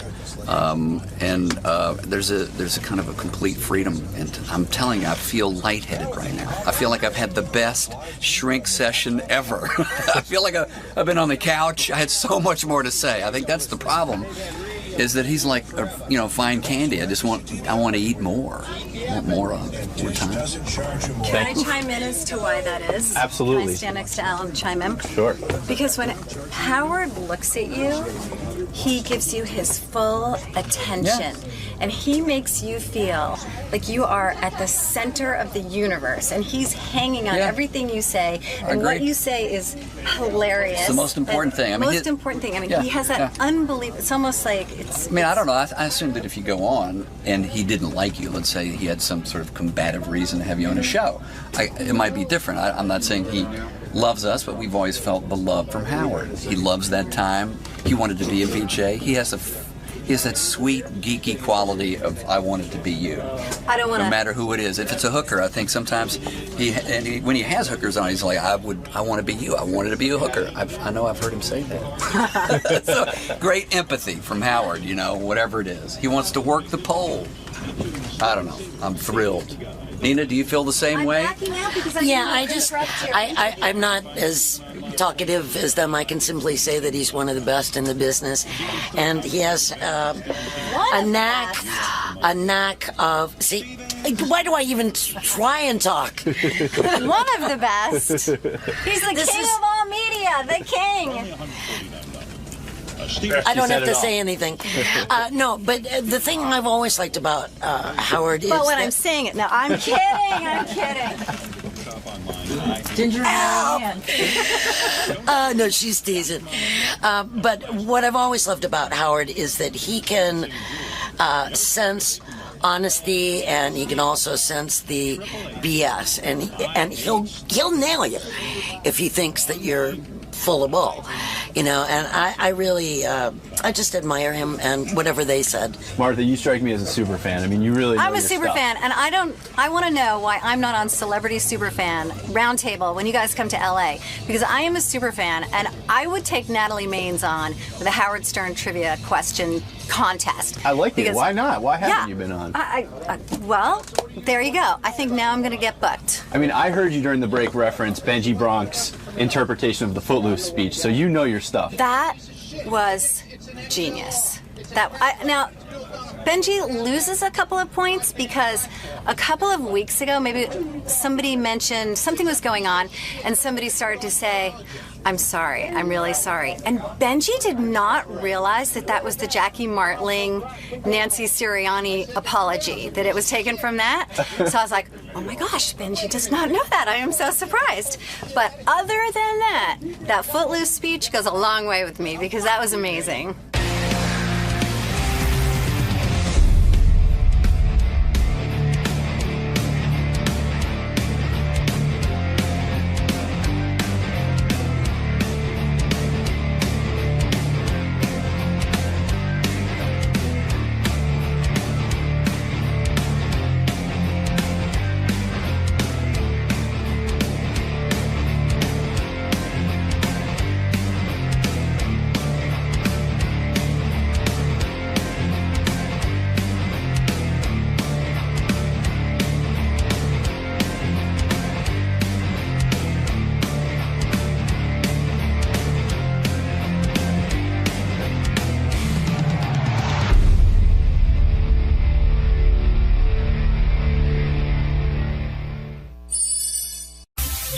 This is the best of the wrap-up show. A recap and behind-the-scenes look with John High and Gary Dell'Abate.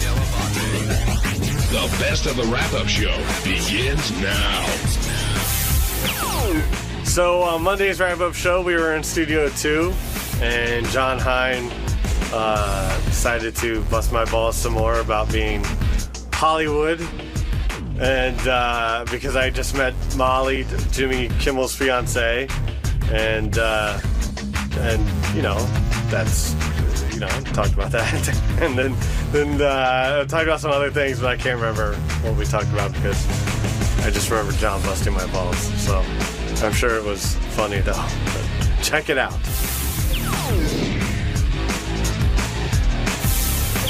I think Rod Stewart is one of those guests that Howard always wanted to interview, loved his music growing up, and they had a really long chat about a bunch of different stuff, and I think Howard was really happy finally getting to hear Rod speak to him. And the thing I liked about Rod Stewart, JD, is that he didn't hold anything back. You know, he was happy to tell the stories and talk about the rock stars, and similar attitude that you have, I think, when it comes to being on the air. I guess. I don't know. Depends on what I'm talking about. Are you affected today because of what happened with Molly and all that? Is that affected? Yeah. Affected how, Mr. Hine? Well, I don't know. Always trying to throw out this Hollywood Harmeyer thing at me. I didn't throw it out. Every chance you get. Howard said point blank, that you're a star. Which you instant message to me. I come back to my desk. I want to remind you for the show. Yeah. You are a star. Okay. And I mean, you're direct messaging with Jimmy's wife. Fiance. She direct messaged me first of all. I don't feel like a star, but, you know, if people want to feel that way about me, fine, whatever. You don't feel that way, really? No. You know, you've got some celebrity. I mean, people come out to see you. And Some, but, you know, it's just some. It's not like, you know, I'm not like Jennifer Aniston. If I was getting photographed a million times or whatever, then maybe I'd feel like a star. But I'm not. You know, no one recognizes me hardly on the train. You're comparing yourself to Jennifer Aniston. I mean, I think that's a big. I did not. I said if I was getting photographed like her a million times, then I would. I am not Jennifer Aniston. Where did you come up with that? I didn't say you were Jennifer Aniston. I said you compared yourself to Jennifer Aniston. I didn't know. She is in a different spectrum. She's a celebrity. Well, thank you for pointing that out. Anyway, that's not comparing myself. All right. How did I just compare myself to Jennifer Aniston? You gave an example, and you said if I were like Jennifer Aniston, that is comparing yourself to Jennifer Aniston. No, it's not. That's saying if I were. Teddy, give me a ruling here. What? If I was saying, was he comparing? Does he look like Jennifer Aniston? No. Was he comparing himself to Jennifer Aniston? Yeah. No. Thank you. If I was hold on. Okay, maybe I don't understand English so well, which I don't.